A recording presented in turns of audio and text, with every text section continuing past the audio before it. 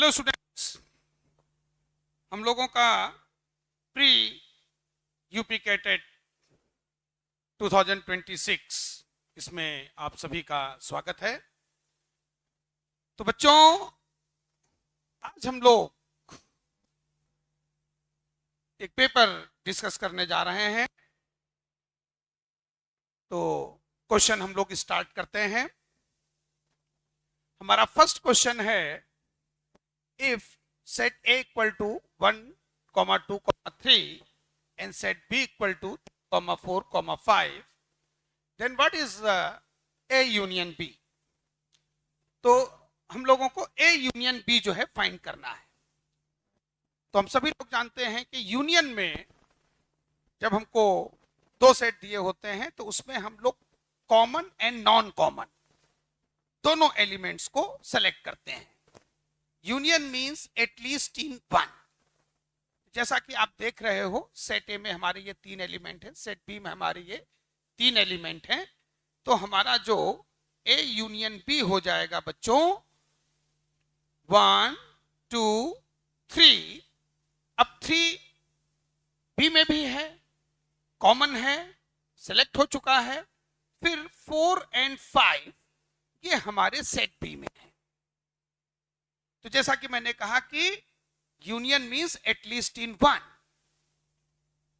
एक में है तो भी सिलेक्ट होगा, दोनों में है तो भी सिलेक्ट होगा।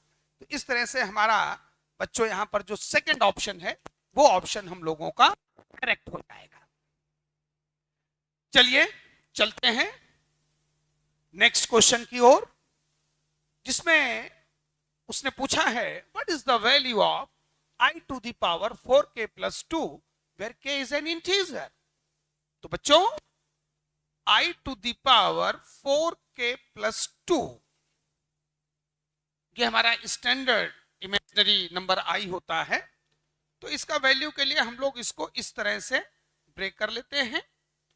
i to the power 4k इसका वैल्यू हमारा 1 हो जाएगा, क्योंकि यहां पर 4 डिग्री में एज ए मल्टीपल बैठा हुआ है। और आई स्क्वायर का वैल्यू हमारा -1 होता है। तो इस तरह से -1 means second option will be correct here. ठीक, चलो बच्चों चलते हैं नेक्स्ट क्वेश्चन की ओर। What is the value of NCn-1? तो बच्चों आप सभी जानते हो कि हमारा जो NCR होता है इसका value n factorial upon n-r factorial into r factorial होता है। NCn-1 में r हमारा n-1 हो गया, तो अब ये हो जाएगा n factorial upon n-1 into n-1 factorial. यहां भी n-1 के बाहर ये फैक्टोरियल लगा हुआ है, ये प्लस n-1 कट गया, ये हमारा 1 फैक्टोरियल। तो n फैक्टोरियल 1 फैक्टोरियल और n-1 फैक्टोरियल। n फैक्टोरियल को further n into n-1 factorial में आप ब्रेक कर दीजिए, जो डिनोमिनेटर के n-1 फैक्टोरियल से कैंसल आउट होकर के सिंपल वैल्यू आपको n दे देगा। तो यहां पर हमारा जो सी ऑप्शन है बच्चों वो करेक्ट होगा। वैसे बच्चों आप लोग हमेशा याद रखो NC0 NCn ये हमेशा 1 होता है, NC1 NCn-1 ये हमेशा n होता है। तो NCn-1 और NC1 दोनों सेम होगा और उसका वैल्यू n होगा। ये डायरेक्ट भी आप लोग जो है रट सकते हो। एक चीज और इसमें ध्यान रखना, NCR बराबर NCn-r। ठीक, तो ये फार्मूले भी आप लोगों को प्रैक्टिस में रखने हैं। इसी तरह से एक पास्कल्स ट्रायंगल फार्मूला होता है NCR प्लस NCR प्लस 1, जो कि n+1 CR plus 1 value right side में देता है। इन पर भी क्वेश्चंस बन सकते हैं। ठीक, तो यहां पर जो हमारा ऑप्शन है वो सी ऑप्शन करेक्ट है। चलिए बच्चों अब हम लोग 104 क्वेश्चन की ओर चलते हैं। What is the total number of terms in the expansion of x plus y to the whole power 15? तो बच्चों आप लोगों को ध्यान रखना है x plus y to the whole power n का जो बाइनोमियल होता है, इसमें जो टोटल नंबर ऑफ टर्म्स होते हैं वो 1 प्लस करके n+1 होते हैं। अगर पॉजिटिव इंटीजर वाला हमारा बाइनोमियल है तो नंबर ऑफ टर्म्स हमारे n+1। तो यहां पर x + y to the whole power 15 means हमारे टोटल नंबर ऑफ टर्म्स हो जाएंगे 16। इसमें बच्चों एक चीज और ध्यान रखना, अगर डिग्री n हमारा, हालांकि यहां पर तो आपका ये सेकंड ऑप्शन करेक्ट है, लेकिन अगर डिग्री n कभी भी नॉन इंटीजर हो या नेगेटिव इंटीजर हो तो वहां पर नंबर ऑफ टर्म्स हमारे इनफाइनाइट होंगे हमेशा। पर भी क्वेश्चन बन सकता है, जैसे अगर आपसे कोई पूछे कि how many terms into the binomial 1 - x to the whole power -1, तो आपको ध्यान रखना है कि हमारे total number of terms will be infinite.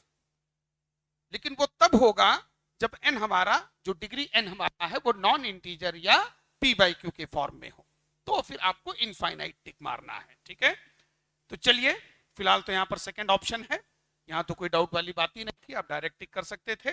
Next question की ओर बढ़ते हैं। Question number 105, if the first term of GP is a and the common ratio is r, what is the nth term? तो it's a direct formula based question.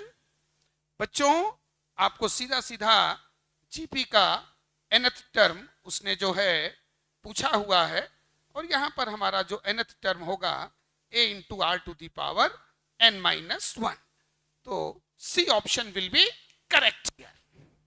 चलिए चलते हैं next question की ओर। 106, question is x such that x belonging n, x is multiple of 3, and b x such that x belonging n, x is a multiple of 5। तो हमारा जो set A है बच्चों, उसमें मल्टीपल ऑफ 3 और जो नेचुरल नंबर होता है वो 1 से स्टार्ट होता है। लीस्ट नेचुरल नंबर हमारा जो होता है वो हमारा बच्चों 1 से स्टार्ट होता है, ये सभी लोगों को पता होना चाहिए। ठीक, तो जो मल्टीपल ऑफ 3 हैं वो 3, 6, 9, 12, 15, 18, 21, 24, 27, 30 इस तरीके से चलेंगे। सेट बी हमारा मल्टीपल ऑफ 5 है, तो सेट बी में हमारे जो बच्चे होंगे, जो एलिमेंट्स होंगे वो होंगे 5, 10, 15, 20, 25, 30, 35, 40 एंड सो ऑन। ठीक, तो अब हमको चाहिए ए इंटरसेक्शन बी। तो इंटरसेक्शन में हम लोग दोनों सेट्स में जो कॉमन एलिमेंट्स होते हैं वो सेलेक्ट करते हैं। ठीक, which are common in both, set A में भी हो सेट बी में भी हो, तो वो कॉमन एलिमेंट्स हम लोग इंटरसेक्शन में लेते हैं। जैसे यूनियन में कॉमन नॉन कॉमन दोनों आते हैं, इंटरसेक्शन में केवल कॉमन एलिमेंट्स आते हैं। तो बच्चों यहां पर आप देख सकते हो कि हमको जो पहला कॉमन एलिमेंट यहां पर मिल रहा है वो देखिए आपका 15 है। यू कैन सी हियर 15 के बाद जो नेक्स्ट कॉमन एलिमेंट हम लोगों को मिल रहा है वो एलिमेंट हमारा है बच्चों 30। तो इस तरह से पहला एलिमेंट आया 15, 15 के बाद आया 30, तो ये 15 का गैप मेंटेन कर रहा है। तो इस 15 के गैप में नेक्स्ट कॉमन एलिमेंट हमारा आएगा 45, जिसमें 3 भी एज ए मल्टीपल होगा, 5 भी एज ए मल्टीपल होगा।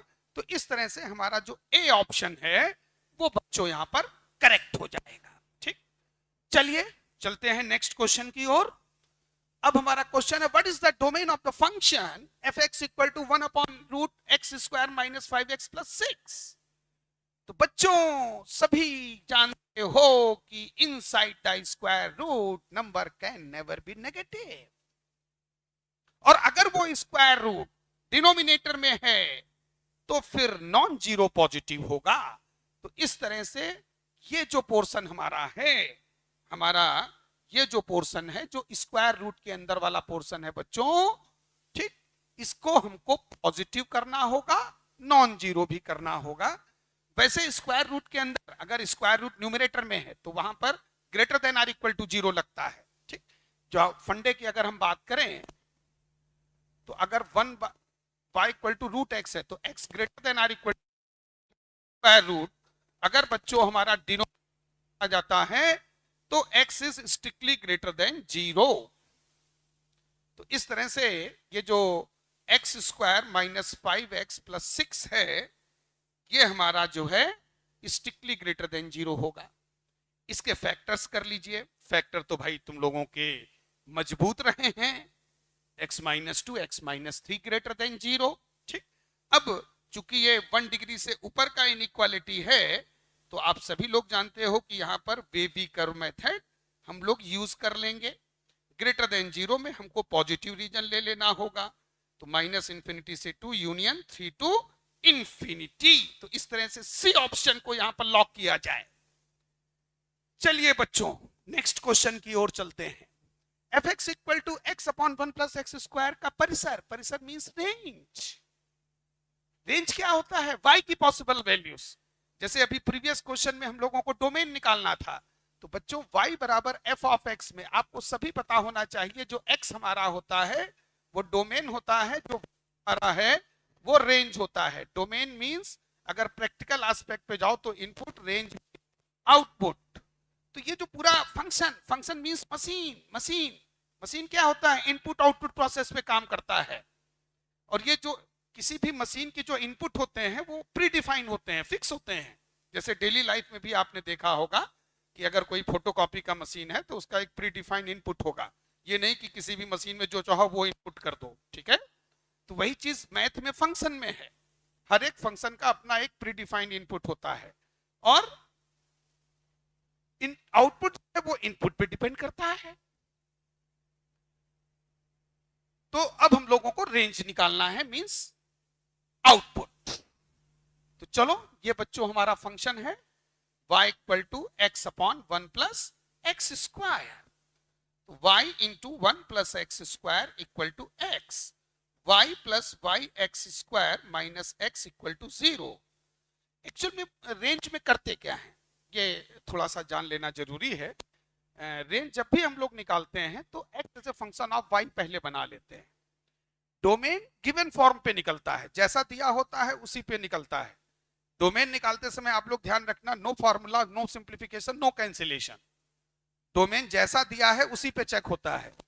रेंज के साथ उल्टा है, रेंज चेक होता है मोस्ट सिंप्लीफाइड फॉर्म पे। तो रेंज निकालते समय आपको x as a function of y बना लेना है। क्या बना लेना है? x as a function of y। जैसे ये y बराबर f क्या है तो आपको x in terms of y define कर लेना है। ठीक, तो वही हम लोग यहां पर कर रहे हैं। तो अब हमारा ये हो गया y x square minus x plus y equal to 0। ये हम लोगों ने x में क्वाड्रेटिक बना लिया। इस क्वाड्रेटिक को आप इससे कंपेयर कर लीजिए। तो यहां पर a का वैल्यू आ गया y, b का वैल्यू -1 और c का वैल्यू 1 आ गया। ठीक, अब यहां पर d को आपको greater than are equal to 0 कर देना है, क्योंकि जब हम लोग x as a function of y बनाते हैं, x इक्वल टू जब हम लोग लिखेंगे यहां पर minus b plus minus square root d upon 2a, x as a function of y बनाने में तो स्क्वायर रूट के अंदर के पोर्शन को पॉजिटिव करना होगा। तो d greater than are equal to 0, d क्या है? B square minus 4ac greater than are equal to 0, -1 का होल स्क्वायर 4ac, तो ये 4y। तो ये हमारा बच्चों ये c का वैल्यू यहां पर y होगा। ये आप लोग सही कर लीजिएगा। b का वैल्यू -1, a का वैल्यू y, c का वैल्यू ये देखो यहां पर y है ये। ठीक, तो c का वैल्यू y है तो ये 4y स्क्वायर, तो 1 minus 4y square greater than are equal to 0। c का वैल्यू y होगा बच्चों। ठीक, तो अब यहां पर माइनस साइन से पहले मल्टीप्लाई कर लो, ये हो गया। फिर y square -1/4 less than are equal to 0, इसके फैक्टर कर लो y plus half into y minus half less than are equal to 0। जब इसके फैक्टर हो जाएंगे तो अब हम लोगों को वेवी कर्व मेथड यूज कर लेना है बच्चों। तो जब हम लोग वेवी कर्व मेथड यहां पर यूज करेंगे, ये माइनस हाफ है, ये प्लस हाफ है,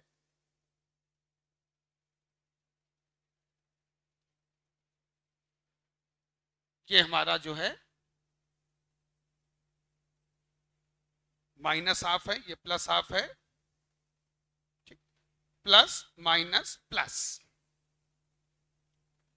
अब हम लोगों को यहां पर less than are equal to 0 means negative region select करना है। तो वो नेगेटिव रीजन आपको बच्चों दिख रहा होगा माइनस हाफ से plus half.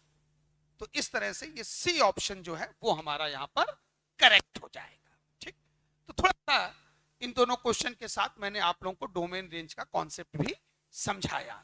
Domain means input, range means output. ठीक है, डोमेन डायरेक्ट निकलता है y बराबर fx पे, range x is a function of y बनाने के बाद। Got it? चलिए चलते हैं नेक्स्ट क्वेश्चन की ओर। ठीक, question number 109। If n of a equal to 3, n of b equal to 4, then the total number of non-empty relation that can be defined from a to b। तो इसमें तो सीधा सीधा फंडा बच्चों आप लोगों को याद रखना है कि अगर एक सेट ए है और उसमें n एलिमेंट्स हैं, एक सेट बी है जिसमें m एलिमेंट्स हैं, मैं इसका फॉर्मूला सीधे सीधे बताया दे रहा हूं, तो जो टोटल नंबर ऑफ रिलेशंस होती हैं वो हो जाती हैं 2 to the power m into n। Actually में जो रिलेशन होता है वो ए क्रॉस बी का सबसेट होता है। ए क्रॉस बी के जितने सबसेट उतने रिलेशन। तो ए क्रॉस बी में अगर हम टोटल एलिमेंट्स की बात करें तो वो बनते हैं m इंटू n एलिमेंट्स, और ए क्रॉस बी के अगर हम सबसेट निकालेंगे तो वो 2 टू द पावर mn हो जाएंगे। जितने सबसेट उतने रिलेशन। लेकिन उसने एक वर्ड डाला हुआ है नॉन एम्प्टी, मींस वो जो नल सेट है वो आपको माइनस कर देना है। ठीक, तो हमारे जो नॉन एम्प्टी रिलेशन आ जाएंगे, total number of non empty relation वो 2 to the power mn minus 1, एक टोटल में माइनस कर दीजिए। तो इस तरह से यहां पर जो सेट ए है, इस गिवन क्वेश्चन की अगर हम बात करें तो सेट ए में 3 एलिमेंट हैं, सेट बी में 4 एलिमेंट हैं, तो 3 इंटू 4 हो गया 12। नंबर ऑफ रिलेशंस बनी 2 to the power 12। Non empty relation में एक आप माइनस कर दीजिए, जो मैंने फंडा बताया था वो यहां अप्लाई कर दीजिए। 2 to the power 10 total number of relation, non empty में नल सेट एक माइनस कर दो तो 2 टू द पावर 12 माइनस 1। ठीक, फंडा मैंने पहले लिख दिया है, फिर मैंने उसका कैलकुलेशन कर दिया है। ठीक, सो आई थिंक ये क्वेश्चन भी आप लोगों को अच्छे से विद कॉन्सेप्ट क्लियर हो गया होगा। ठीक, अब हम लोग जो है नेक्स्ट क्वेश्चन की ओर चलते हैं। चलिए, फिर से डोमेन एक बार हमारा इंतजार कर रहा है। fx equal to log of x square minus 9 का डोमेन मींस प्रांत ज्ञात करना है। तो बच्चों लॉग के अंदर का जो क्वांटिटी है वो ऑलवेज स्ट्रिक्टली ग्रेटर देन 0। हम कह रहे हैं लॉग ऑफ खरगोश हो तो खरगोश ग्रेटर देन 0। यहां तो लॉग के अंदर एक्स स्क्वायर माइनस 9 है, कुछ भी हो, y equal to log x to the, अगर हमारा फंक्शन है तो यहाँ x स्ट्रिक्टली ग्रेटर, और जो बेस a है ग्रेटर देन 0, साथ ही साथ नॉट इक्वल टू 1। ये भी मैंने आप लोगों को यहाँ पर, हालांकि बेस का यूज नहीं है, बेस जब नहीं दिया होता है तो हम लोग उसको साइलेंट मान लेते हैं कि हाँ वो ऑलरेडी पॉजिटिव होगा, नॉट इक्वल टू 1 होगा। बट आपको ये क्लियर होना चाहिए, इस पर भी क्वेश्चन बन सकता है कि बेस क्या होता है, तो उसको भी आप ध्यान रखेंगे। ठीक है, खैर फिलहाल अभी तो केवल लॉग के अंदर का मामला है।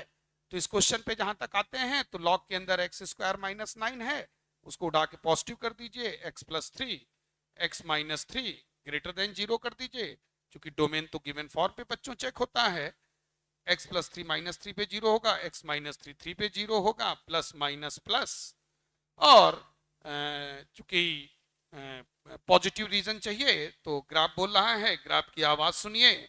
आपको पॉजिटिव रीजन यहाँ पर दिख रहा है, एक पॉजिटिव रीजन ये है, दूसरा पॉजिटिव रीजन ये है। ग्राफ में दिख रहा है कहां पर मैं पॉजिटिव हूं, ग्राफ खुद बोल रहा है, आपको केवल उसकी आवाज सुननी है। तो माइनस इंफिनिटी से माइनस 3 यूनियन 3 टू इंफिनिटी। तो इस तरह से हमारा सी ऑप्शन बच्चों यहां पर करेक्ट हो जाएगा। चलिए चलते हैं नेक्स्ट क्वेश्चन की ओर। नेक्स्ट क्वेश्चन है हमारा f x equal x square plus 2 and g x equal to root x minus 1, then find value of f of g of 5।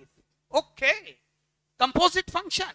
ठीक, तो बच्चों एफ एक्स है x square plus 2, g x है root x minus 1। तो जब भी हम लोग कंपोजिट निकालते हैं, जैसे उसने एफ ऑफ जी ऑफ 5 पूछा है, तो पहले एफ ऑफ जी एक्स निकाल लो। तो उसके लिए यहां x को आप gx से रिप्लेस कर दो, तो f ऑफ gx हो जाएगा g of x whole square plus 2। gx का वैल्यू यहां पर हम लोग रख देते हैं root x minus 1 whole square plus 2 square root, और ये कैंसल आउट हो जाएगा।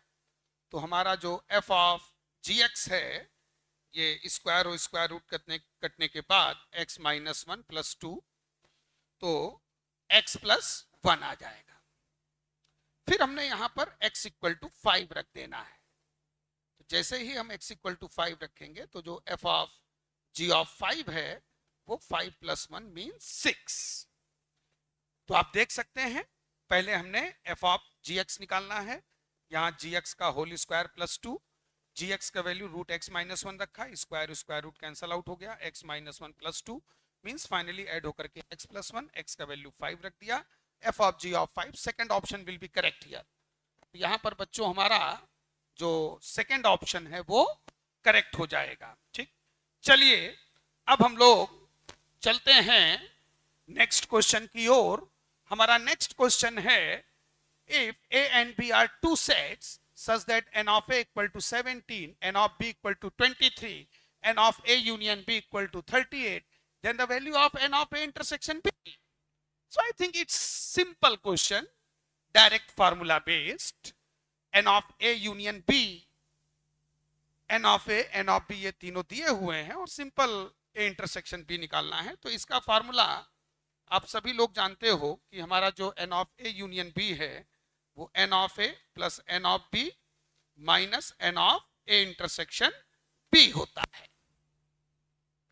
n ऑफ a का वैल्यू आपको 17 दिया हुआ है, n ऑफ b का वैल्यू आपको 23 दिया हुआ है, n of a intersection b तो बच्चों निकालना ही है। बस ये फार्मूला याद रखना, ये फार्मूला, इसको बच्चों आप अपने दिमाग में याद रखिएगा। ये 38 है तो ये 40 हो जाएगा, 38 माइनस 40 आपका minus n of a intersection b। तो ये minus 2 minus minus cancel out होकर के n of a intersection b आपका 2 आ जाएगा। तो इस तरह से हमारा जो a ऑप्शन है वो यहां पर करेक्ट हो जाएगा, n of a intersection b हमारा 2 आ जाएगा। ठीक, चलिए चलते हैं हम अपने अगले क्वेश्चन की ओर। Question number 113, the fundamental period of the function f x equal to, ये हमारा फंक्शन है sin x to the whole power 4 plus cos x to the whole power 4। ठीक, तो इसका मूलभूत आवर्तकाल, जिसको इंग्लिश में फंडामेंटल पीरियड बोलते हैं, तो होता क्या है आप सभी लोग जानते हो कि ट्रिग्नोमेट्रिक फंक्शन ये हमारे पीरियोडिक फंक्शन होते हैं। अगर कोई फंक्शन t में अपनी वैल्यू को रिपीट कर रहा है तो 2t 3t 4t में तो करेगा ही। फंडामेंटल पीरियड ये वो छोटे से छोटा पीरियड होता है जिसमें कोई फंक्शन अपनी वैल्यू को रिपीट करता है। ठीक, तो जहां तक हम fx की बात करें, यहां पर जो दिया हुआ है उस फंक्शन की बात करें, तो ये sin x to the whole power 4 plus cos x to the whole power 4। sin x और cos x का 2 पाई तो पीरियड होता ही है। जब डिग्री इवन हो जाता है, जैसे अगर हम sin x to the whole power n और cos x to the whole power n में अगर हम n हमारा इवन है तो इसका जो पीरियड है वो रिड्यूस होकर के पाई हो जाता है। लेकिन जब साइन कॉस का कॉम्बिनेशन बनता है तो पीरियड के और कम होने के चांसेस बढ़ जाते हैं, क्योंकि कन्वर्जन भी चलते हैं ट्रिग्नोमेट्रिक फंक्शन में। Sine 90 minus theta cos theta होता है, cos 90 minus theta sine theta होता है। अब फंक्शन की अपनी इंटरनल प्रॉपर्टीज के कारण भी फंक्शन एक दूसरे में बदलते हैं। तो हम लोग यहाँ पर पाई के जस्ट आधे पर भी हम लोग जो है चेक कर लेते हैं। तो पाई का जस्ट आधा एक बार पाई बाई 2 बनता है। जब भी साइन कॉस का कॉम्बिनेशन हुआ करे और एंगल सेम हुआ करे, ध्यान रखना बच्चों, साइन कॉस का कॉम्बिनेशन बने और एंगल सेम हो तो एक बार आधे पे जरूर चेक कर लेना। अगर टी निकल करके आ रहा है तो एक बार टी बाई 2 पे जरूर देख लेना। अगर पाई आ रहा है तो पाई बाई 2 पे जरूर चेक कर लेना। 2 पाई है तो पाई पे जरूर चेक कर लेना। जब भी साइन कॉस का कॉम्बिनेशन हो एक बार आधे पे जरूर देख लेना, क्योंकि फंडामेंटल पीरियड ये वो लीस्ट इंटरवल होता है जिसमें कोई फंक्शन अपनी वैल्यू को रिपीट मारता है। ठीक, तो अब हम लोग f of x plus pi by 2 निकालते हैं। ये हो जाएगा sine of x plus pi by 2 to the whole power 4 cos of x plus pi by 2 to the whole power 4। अब ये जो sine of x plus pi by 2 है ये cos में कन्वर्ट हो जाएगा। cos of x plus pi by 2 आ रहा है, वैसे सेकेंड क्वाड्रेंट में cos नेगेटिव होता है, लेकिन बिकॉज ऑफ इवेंट डिग्री वो पॉजिटिव ही हो जाएगा। तो ये sine of x to the power 4। तो ये बच्चों देखो हमारा fx आ गया। ठीक, तो f of x plus pi by 2 बराबर हमारा आ गया fx। तो अब चूंकि ये fx आ गया है तो अब हमारा जो फंडामेंटल पीरियड है वो 2 हो गया है। आप लोगों को ध्यान रखना है कि अगर f of x plus T बराबर fx हो तो fx is periodic with period t, with period t। ये पीरियड का डेफिनेशन होता है। तो मैंने डेफिनेशन भी आप लोगों को यहां से क्लियर कर दिया है। तो यहां फंक्शन का फंडामेंटल पीरियड होगा पाई बाई 2। चलिए नेक्स्ट क्वेश्चन की ओर। नेक्स्ट क्वेश्चन है tan theta equal to 1/2, tan phi equal to 1/3, then the value of theta plus phi. तो आई थिंक एक बार फिर से हम लोगों का इजी क्वेश्चन इंतजार कर रहा है। ठीक, tan थीटा प्लस फाई हम लोग निकाल लेते हैं जिससे कि इन वैल्यूज को हम लोग डायरेक्ट बच्चों यूज कर सकें। तो ये फॉर्मूला हो जाएगा tan theta plus tan phi upon 1 minus tan theta into tan phi. अब जो हमारा tan थीटा है वो 1/2 हो गया, tan फाई हमारा 1/3 हो गया, और यहाँ पर 1 माइनस 1/2 इंटू 1/3 ये हमारा हो गया 5/6 अपॉन 1 माइनस 1/6। तो 5/6 अपॉन 5/6 ये हमारा 1 आ गया। ठीक, तो tan थीटा प्लस फाई 1 को हम लोग लिखेंगे tan पाई बाई 4।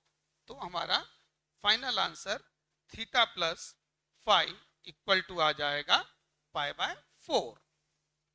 तो ये हमारा सेकेंड ऑप्शन यहां पर बच्चों करेक्ट हो जाएगा। चलिए चलते हैं नेक्स्ट क्वेश्चन की ओर। Question number 15, if alpha plus beta equal to pi by 4 then the value of 1 plus tan alpha into 1 plus tan beta. तो इस क्वेश्चन में आप लोगों को फिर से एक बार tan of a plus b means tan of alpha plus beta जो है उसका फॉर्मूला यूज करना होगा। तो जो alpha plus beta to pi by 4 दिया है इसका दोनों साइडों में हम लोग tan लेते हैं बच्चों। ठीक है, तो हमारा tan of alpha plus beta equal to tan pi by 4 जो कि 1 हो गया। यहां फॉर्मूला लगा दीजिए tan alpha plus tan beta upon 1 minus tan alpha into tan beta equal to 1। तो tan alpha plus tan beta 1 minus tan alpha into, इसको denominator को राइट साइड में शिफ्ट कर दो। तो अब हमारा जो है tan alpha plus tan beta plus tan alpha into tan beta ये बच्चों 1 आ गया। ठीक, अब ध्यान दीजिएगा, हमको वैल्यू चाहिए इसका वैल्यू चाहिए तो ध्यान देना बच्चों, यह है, इसको अगर हम लोग ओपन करें 1 plus tan alpha into 1 plus tan beta को, तो ध्यान से आप देखिएगा 1 प्लस टेन अल्फा, इसको मल्टीप्लाई कर दो, एक दूसरे से मल्टीप्लाई कर दो, तो ये बनेगा, और इतने का वैल्यू ये हम लोग 1 निकाल चुके हैं, तो ये हमारा आंसर आ जाएगा 2। तो I think second option will be correct here. चलिए चलते हैं फिर से अपने नेक्स्ट क्वेश्चन की ओर।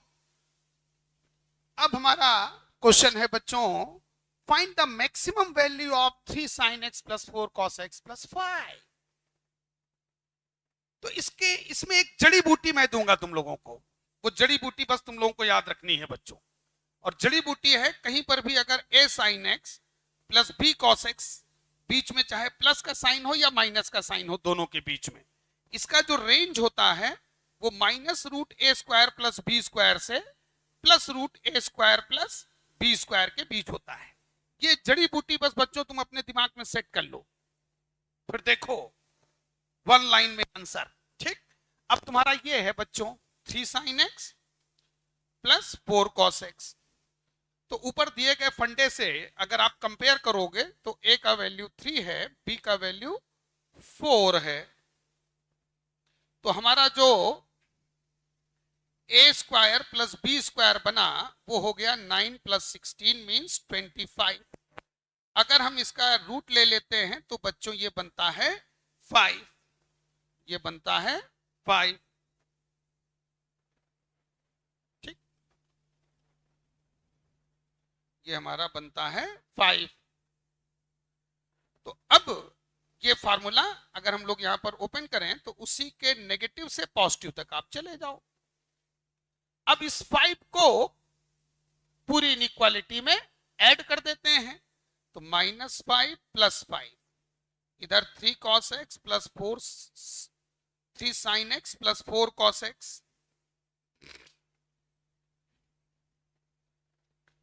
3 sin x plus 4 cos x plus 5, और इधर ये 5 प्लस 5, तो ये आ गया 0, इधर 3 sin x plus 4 cos x plus 5, ये आ गया हमारा। तो हमारा जो रेंज यहां पर बनेगा वो 0 से 10। अब चूंकि इसका मैक्सिमम वैल्यू, अधिकतम मान हम लोगों को ज्ञात करना है, तो अधिकतम मान हो जाएगा 10।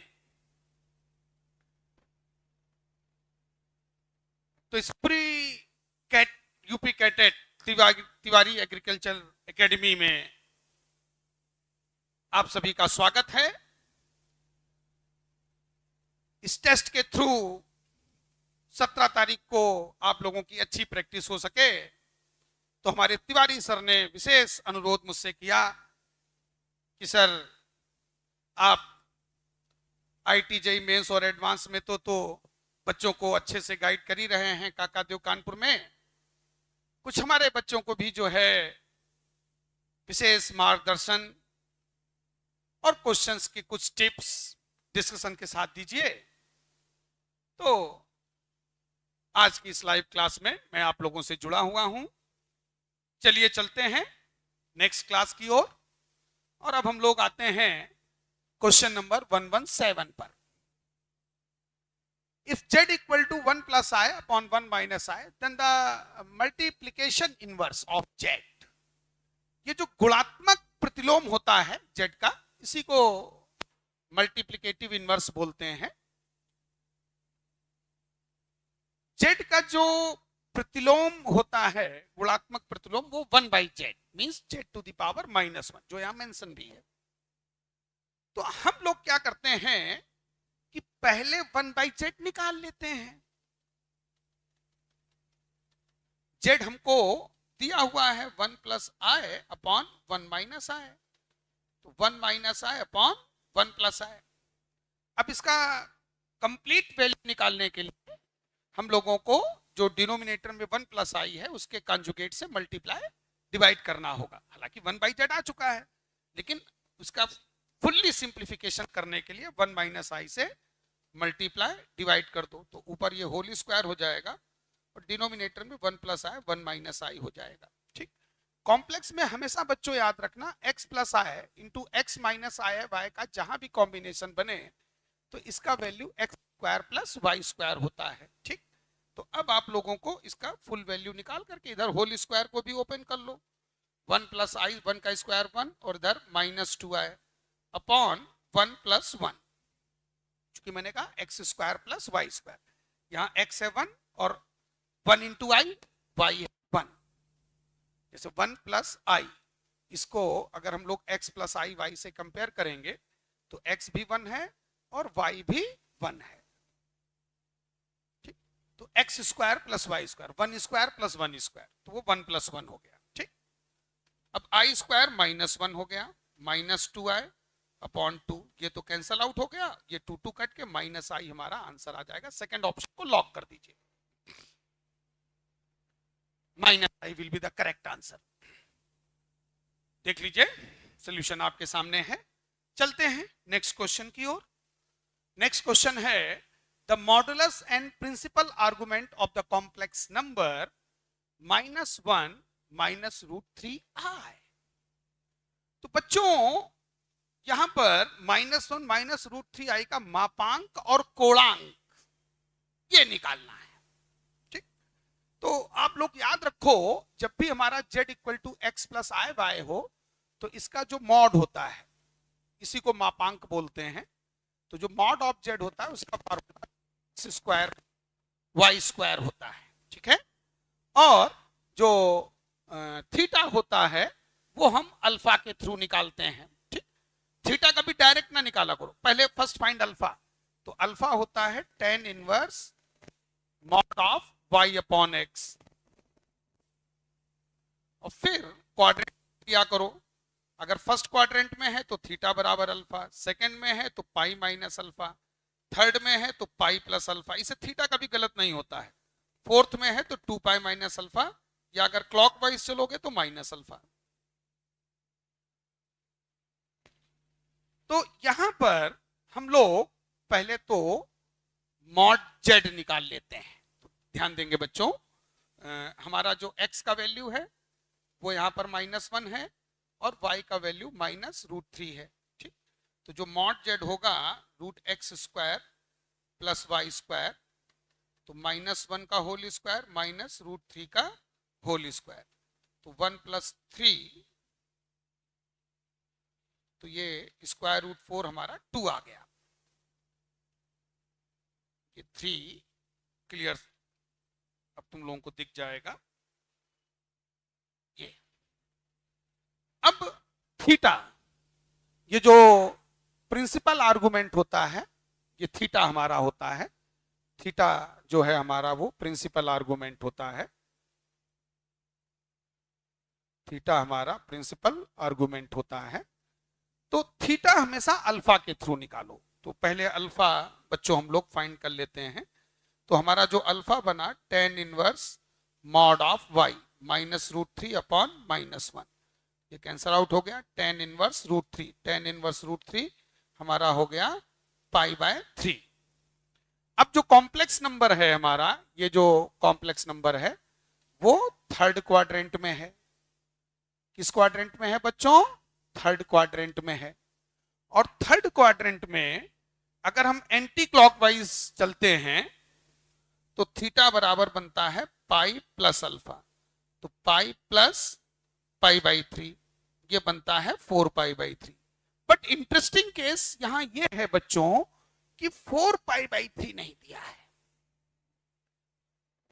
तो कभी कभी वो एंटी क्लॉकवाइज ना मेजर करके क्लॉकवाइज मेजर कर देता है। तो अब ध्यान से देखना आप लोग कि ये जो 4 π/3 है वो देखो ये है, ये चूंकि पाई से ज्यादा है तो ये हमारा 4 π/3 है। कुल मिला के हमको यहां पहुंचना है।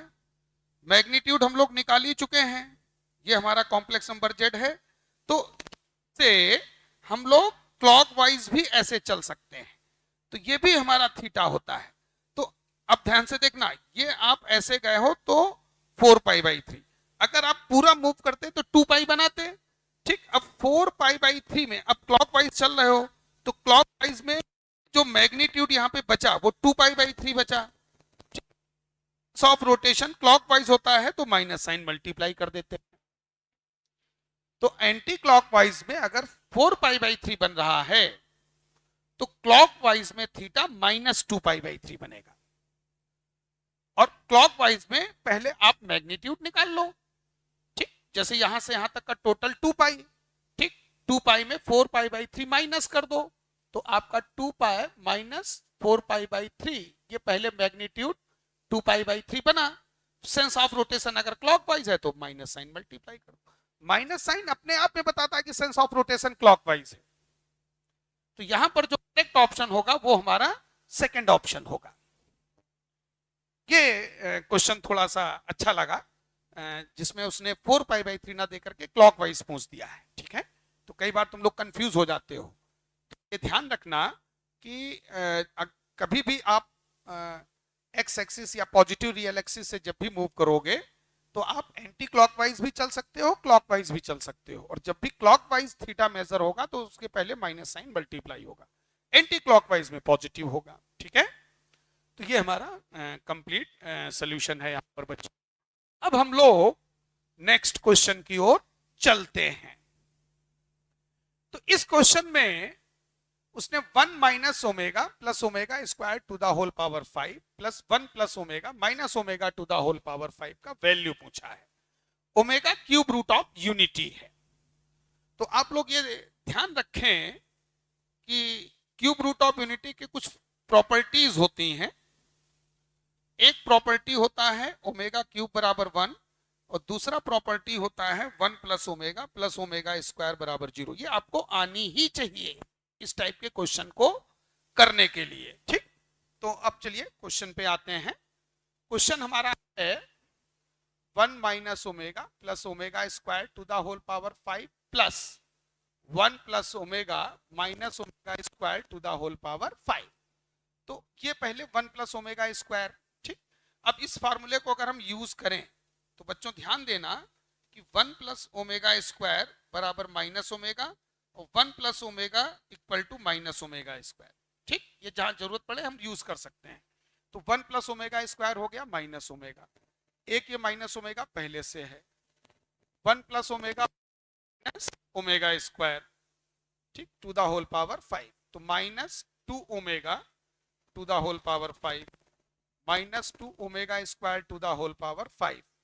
अब ये जो माइनस 2 ओमेगा है तो 2 टू द पावर 5 तो 32 होता है। ठीक, तो minus 32 omega to the power plus इधर आ जाइए minus 32 omega to the power 10, क्योंकि 2 इंटू 5 आपका 10 हो जाएगा।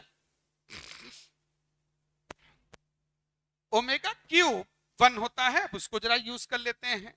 तो minus 32 omega cube into omega square minus 32 omega to the power 9 into omega,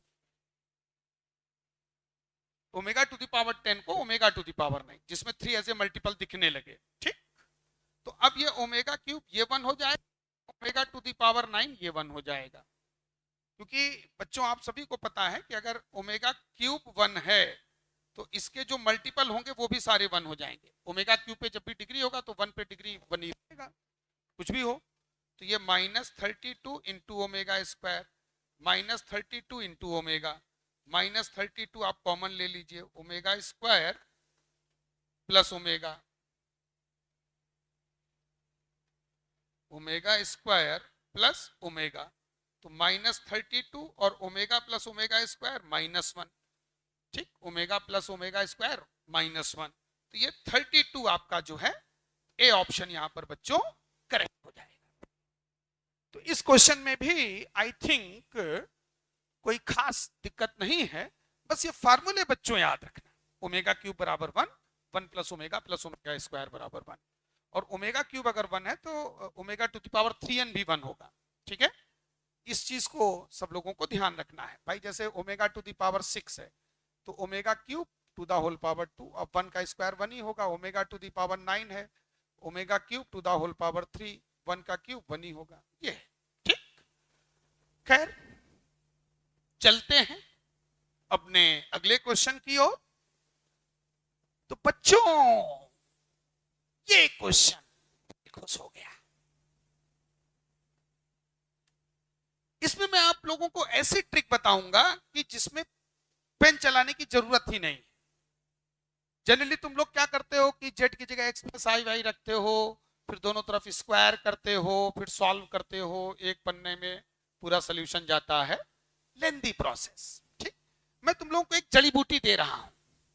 आज के बाद ध्यान रखना, mod of z minus z one upon z minus z two equal to 1। ठीक, ये इक्वेशन कहीं कॉम्प्लेक्स नंबर में मिल जाए तो जो हमारा पॉइंट जेड होगा, ये नंबर एक तो स्ट्रेट लाइन होगा। कैसा स्ट्रेट लाइन होगा ये भी जान लो। ये जो Z1 और Z2 हैं, इन Z1 Z2 को मिला दो। Z1 Z2 को जब मिलाओगे तो एक लाइन मिलेगा, उस लाइन का परपेंडिकुलर बाइसेक्टर ले लो। तो पॉइंट Z रिप्रेजेंट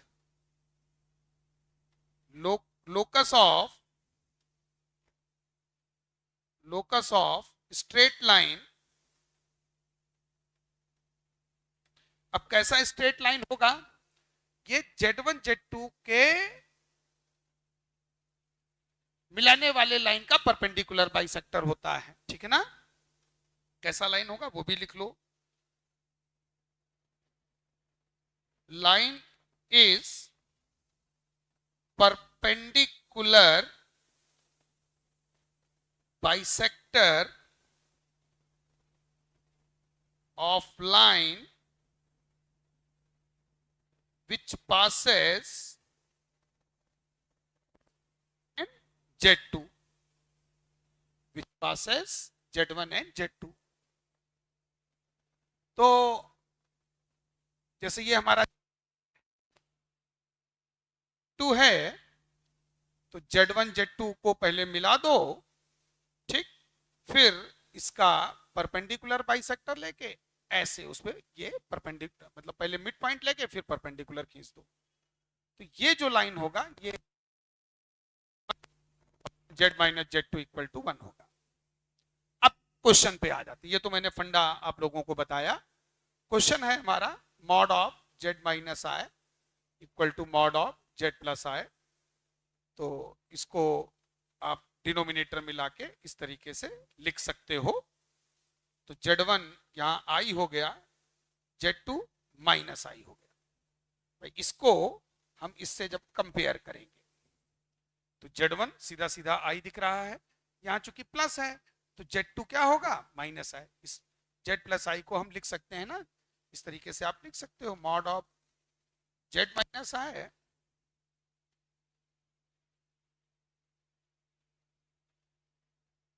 और इधर Z माइनस ऑफ माइनस है तो Z2 माइनस 1।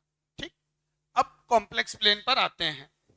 तो जब आप कॉम्प्लेक्स प्लेन पर आओगे, ये हमारा रियल एक्सिस है, ये हमारा इमेजिनरी एक्सिस है। ठीक, और ये आई है, ये हमारा आई है। ठीक, और ये माइनस आई है। तो इसका जो मिड पॉइंट होगा वो बच्चों ओरिजिन हो जाएगा। आई मींस इसका जो ऑर्डर्ड पेयर वो 0,1, इसका ऑर्डर्ड पेयर 0,-, का जब मिड पॉइंट निकालोगे तो ओरिजिन। ठीक, उस पे परपेंडिकुलर ये तुम्हारा रियल एक्सिस हो जाएगा, रियल एक्सिस या एक्स एक्सिस पे परपेंडिकुलर ये होगा, ये हमारा रियल एक्सिस। और जो इक्वेशन ऑफ रियल एक्सिस होता है, एक्स एक्सिस जिसको भी आप कह सकते हो, उसका इक्वेशन होता है y बराबर 0। एक्स एक्सिस पर y का वैल्यू 0 होता है, y एक्सिस पर x का वैल्यू 0 होता है। इसीलिए हमारा जो यहाँ पर लोकस होगा z का, वो किस पर लाई करेगा, x एक्सिस पे लाई करेगा। x एक्सिस या रियल एक्सिस एक ही चीज है, ठीक है ना, इसको आप x एक्सिस भी कह सकते हो। तो इस तरह से यहां पर ए ऑप्शन जो है वो हमारा बच्चों करेक्ट होगा। अब क्वेश्चन नंबर 121 पर हम लोग जो है आते हैं।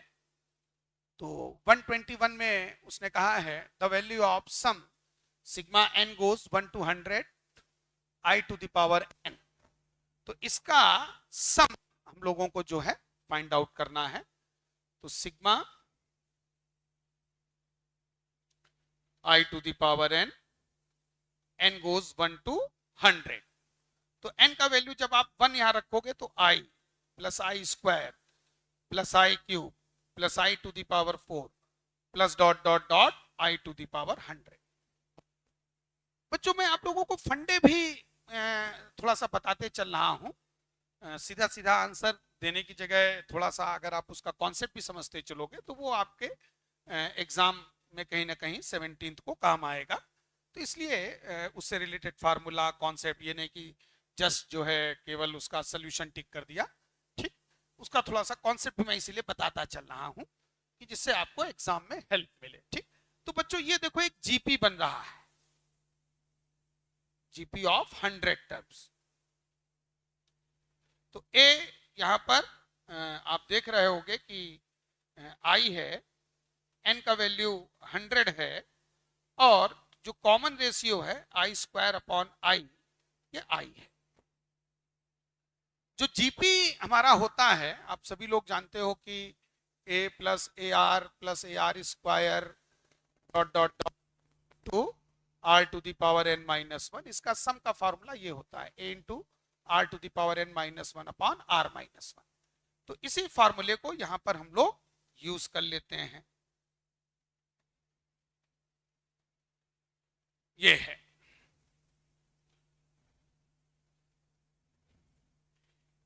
तो ए का वैल्यू यहां पर आई है, फिर ये i to the power 100 minus 1 upon i minus 1। ये जो आई टू द पावर 100 है, ठीक, तो आपको ध्यान रखना है कि इसका वैल्यू 1 होता है।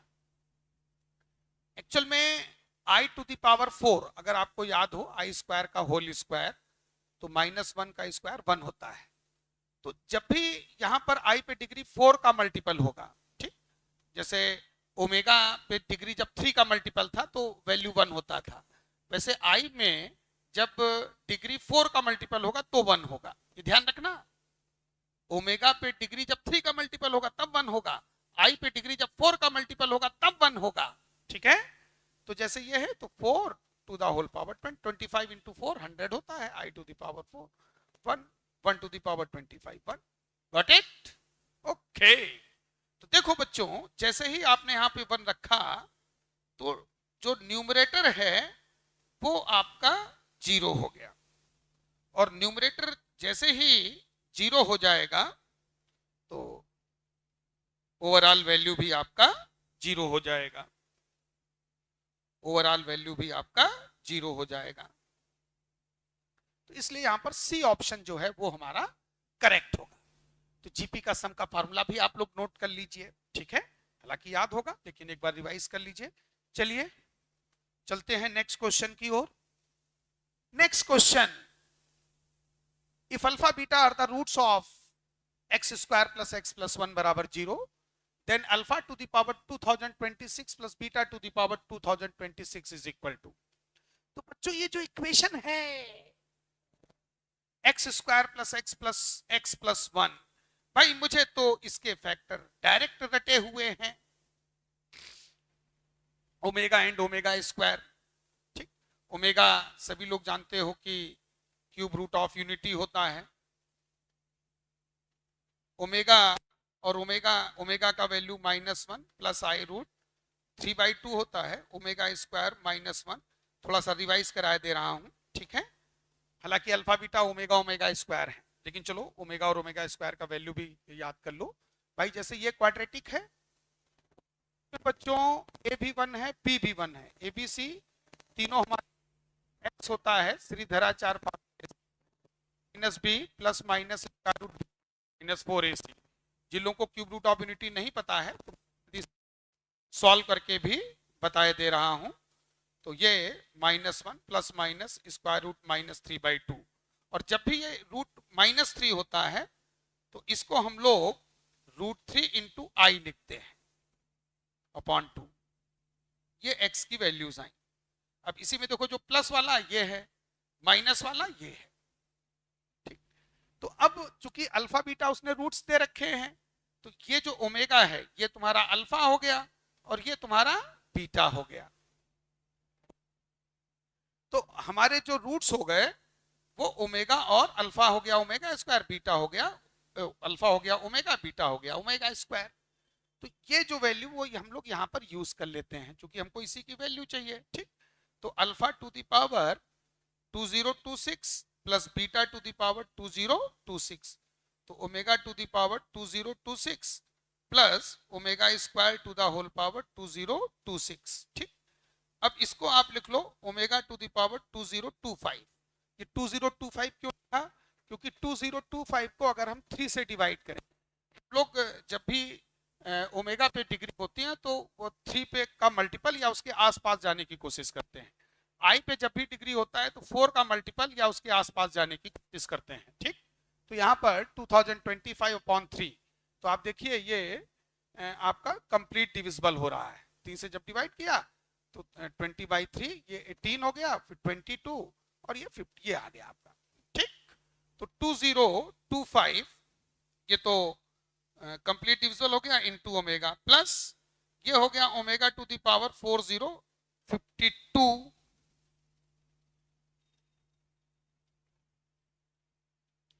ये हो गया बच्चों, ठीक है। तो अब यहां पर ये जो ओमेगा टू द पावर 2025, चूंकि ये तो 3 का मल्टीपल हो गया, क्योंकि ओमेगा टू द पावर 2025 ये omega cube to the whole power this, omega cube 1 हो जाएगा, 1 पे डिग्री कुछ भी हो 1 ही रहेगा, तो ये हो गया 1 इंटू ओमेगा, प्लस अब ये जो ओमेगा टू द पावर 4052 है,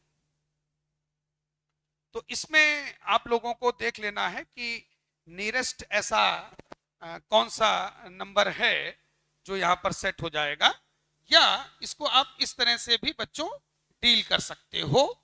तो आई थिंक चूंकि डिग्री को इंटरचेंज किया जा सकता है तो वो क्वाइट इजी पड़ेगा।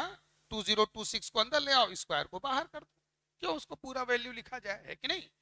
तो ये ओमेगा टू द पावर 2026 यहाँ हम लोग डील कर चुके हैं, ये है 1 इंटू ओमेगा होल स्क्वायर, तो ये हो गया ओमेगा प्लस ओमेगा स्क्वायर, जिसका वैल्यू हो गया बच्चों -1। तो यहां पर भी हमारा जो सेकंड ऑप्शन है वो हमारा जो है करेक्ट होगा, ठीक है। तो आप लोग जो है क्वेश्चन को समझ लें। थोड़ा मैं जरा पानी पी लेता हूं, तब तक आप लोग भी थोड़ा सा रिलैक्स हो जाएं, फिर से एक बार तैयार होने के लिए। अब हम लोग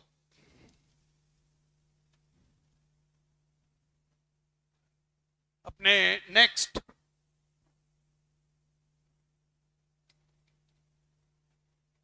क्वेश्चन की ओर बढ़ेंगे। तो 123 क्वेश्चन है बच्चों, अंकों 1 2 3 4 5 का उपयोग करके बनाई जा सकने वाली 4 अंकीय संख्याओं की कुल संख्या ज्ञात कीजिए यदि अंकों की पुनरावृत्ति की अनुमति नहीं है। तो हमको 4 डिजिट नंबर बनाने हैं, total number of 4 digit numbers, और जो डिजिट्स यहां पर हम लोगों को यूज करनी है वो डिजिट्स हैं बच्चों 1 2 3 4 5। इन डिजिट्स को हम लोगों को यूज करना है और 4 डिजिट नंबर बनाना है विदाउट रेपिटेशन। तो इसमें एक डब्बा मेथड हम लोग बोलते हैं, तो यूज करो, ठीक। इस तरह से 3 पार्टीशन करोगे तो ये 4 ब्लॉक दिखने लगेंगे। तो ये इस प्लेस को फिलअप करने के, भाई ये पास 5 नंबर्स हैं बच्चों, 1 2 3 4 5। तो इस फर्स्ट प्लेस पे हम 5 में से कोई भी नंबर ला सकते हैं। ठीक, फिर आ जाओ इस सेकंड प्लेस में, चूंकि repetition is not being allowed here, तो हालांकि तरीके 5 हैं, लेकिन बैठेगा तो कोई एक, लाओगे तो किसी एक नंबर को। तो उस फर्स्ट प्लेस को फिलअप करने के 5 वेज हैं, बट आएगा तो कोई एक ही नंबर। तो जब एक नंबर कोई आया तो अब हमारे पास नंबर बचे 4। तो सेकंड प्लेस को फिलअप करने के 4 वेज, ये वो वेज, नंबर ऑफ वेज लिखे जा रहे हैं, तरीके। फिर इसको फिलअप करने के हमारे पास होंगे 3, क्योंकि रेपिटेशन नॉट बीइंग अलाउड, तो एक एक कम होता जाएगा। तो फिर से एक बार देख लीजिए, फर्स्ट प्लेस पे 5 दिए गए संख्याओं में से कोई भी संख्या बैठ सकती है, एक। दूसरे स्थान पर चूंकि एक फर्स्ट प्लेस पे सेट हो चुका है, तो अब दूसरे स्थान पर 4, फिर नेक्स्ट वाले में 3, फिर इधर 2 वेज। तो इस तरह से 5 इंटू 4 इंटू 3 इंटू 2, इंटू इसलिए चूंकि इन चारों प्लेस को भरना ही भरना है। फर्स्ट प्लेस को फिलअप करने के 5 तरीके, and means into, permutation combination में ध्यान रखना, जहां एंड आएगा वहां इनटू होगा, जहां और आएगा वहां प्लस होगा। तो उसको बोल के देख लिया करो, अगर इन 4 प्लेसेस को भरना ही भरना है तो first place and second place and third place and fourth place into करते जाओ, और इसको जब सॉल्व करो तो 120 means A option will be correct here. Next question, question number 124। तो ये कैलकुलेशन वाला क्वेश्चन है बच्चों, ये हमारा एनपीआर सभी लोग जानते होंगे, n factorial upon n minus r factorial. ठीक, तो np4 20 इंटू np2, np4 का value n factorial upon n minus 4 factorial, 20 into np2 पे आ जाओ, n factorial upon n minus 2 factorial, n factorial उड़ गया। देखो फैक्टोरियल में एक चीज याद रखा करो, बड़े को छोटा करो। ये देख लिया करो कि 2 फैक्टोरियल दिए हैं तो उनमें बड़ा कौन है, बड़े को छोटे तक ले आओ। फैक्टोरियल को रिड्यूस करने का सबसे इजी मेथड होता है। जब भी 2 फैक्टोरियल किसी कैलकुलेशन में आए तो आपको हमेशा ध्यान रखना है बड़े को छोटे तक ले जाना है। ठीक, तो n-2 और n-4 में n-2 बड़ा है, क्योंकि n माइनस में ज्यादा माइनस हो रहा है। ठीक, तो 1 upon n-4 factorial equal to 20 upon n-2 factorial, n-2 n-3 और इधर आ गया n-4 फैक्टोरियल। तो ये बच्चों खचा कैंसल। तो जैसे ही कैंसल होगा तो अब आपका क्वाड्रेटिक इक्वेशन n में बनने वाला है। इंतजार कीजिए, इस क्वाड्रेटिक को सॉल्व करेंगे और n का वैल्यू निकालेंगे। तो n square minus 5n plus 6 equal to 20, n square minus 5n minus 14 equal to 0। और इस क्वाड्रेटिक के जब आप फैक्टर करोगे तो n minus 7 into n plus 2 equal to 0, n का वैल्यू -2 n 7 आ जाएगा। चूंकि n हमारा एनपीआर में कभी नेगेटिव नहीं हो सकता है, एनपीआर एनसीआर में ध्यान रखना हमेशा पॉजिटिव होगा, आर भी पॉजिटिव होगा। बस एन और आर में अंतर यह है कि एन नॉन जीरो पॉजिटिव होता है। अगर एनसीआर या में जाए तो आप ध्यान रखना n greater than 0, r greater than are equal to 0। ये फर्दर नॉलेज के लिए बता रहा हूं, n minus r greater than are equal to 0, जहां एन और आर पॉजिटिव इंटीजर है।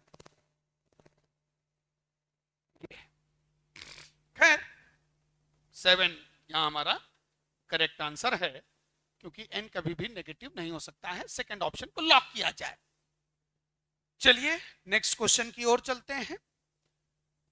125 NC8 equal to NC12, then find the value of NC19।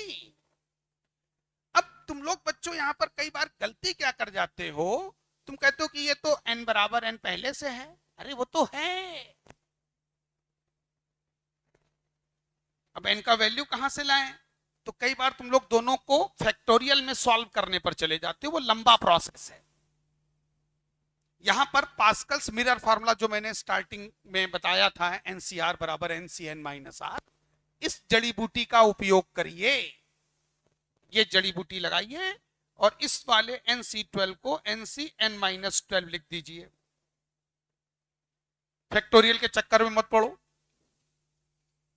NC12 को इस फार्मूले का यूज करके NCN-12 और फिर इसको साथ खेल जाओ। 8 इक्वल टू n-12 इधर लाओ तो n बराबर 20।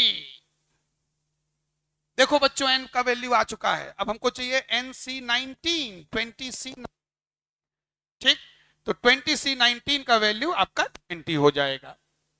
आप फैक्टोरियल से ओपन करके देख सकते हो, और C चूंकि लगा हुआ है तो 20 माइनस 19 1 फैक्टोरियल इंटू 19 फैक्टोरियल, तो 20 इंटू अपॉन में 19, ये 20 आ गया। Got it? और वैसे भी याद रखो NCN-1 इसका वैल्यू n होता है, 20C19, ठीक, ये हमेशा n मींस 20, अगर 20C20 होता तो 1 होता, ये तो रट लो,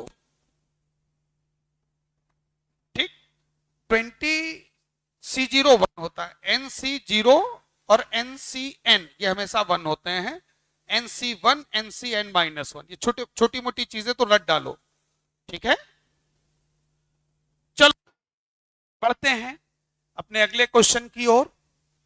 The number of ways in which 5 people can sit around a circular table, 5 व्यक्तियों को एक वृत्ताकार मेज के चारों ओर बैठाने के तरीकों की संख्या, PNC, परमुटेशन कॉम्बिनेशन। फिर से एक बार, तो बच्चों एक चीज हमेशा याद रखना, जब भी सर्कुलर अरेंजमेंट करने हो तो सीरीज में क्या होता है, n ऑब्जेक्ट्स को अगर हम सीरीज में अरेंज करें तो n फैक्टोरियल वेज होते हैं, लेकिन वही अगर सर्किल में जाओ तो n-1 फैक्टोरियल होते हैं, सीधा जड़ी बूटी है, ठीक है, ठीक।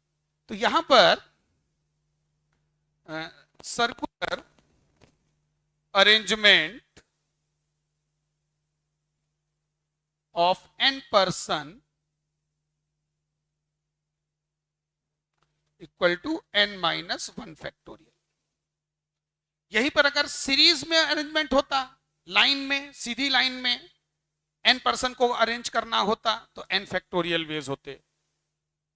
एक्चुअल में होता क्या है, जब हम लोग सर्किल में जाते हैं तो ये जो पर्सन होते हैं, सीरीज में क्या होता है कि हमको अपना स्टार्टिंग पॉइंट और फिनिशिंग पॉइंट क्लियर होता है। सर्किल में जब हम चले जाते हैं तो हमको स्टार्टिंग और फिनिशिंग पॉइंट दिखता ही नहीं है, तो किसी एक ऑब्जेक्ट को हमको बच्चों फिक्स करना पड़ता है, एक ऑब्जेक्ट को फिक्स करना पड़ता है, फिर उसके रिस्पेक्ट में बाकी काउंटिंग हो पाती, इसलिए एक माइनस हो जाता है, ठीक है। तो कोई दिक्कत ही नहीं है, सीधा सीधा 5% दिए हैं, 5-1 ये जड़ी बूटी आप लगा दीजिए, 4 फैक्टोरियल 24 हमारा आंसर होगा, ठीक है। जो हमेशा याद रखना, सीरीज अरेंजमेंट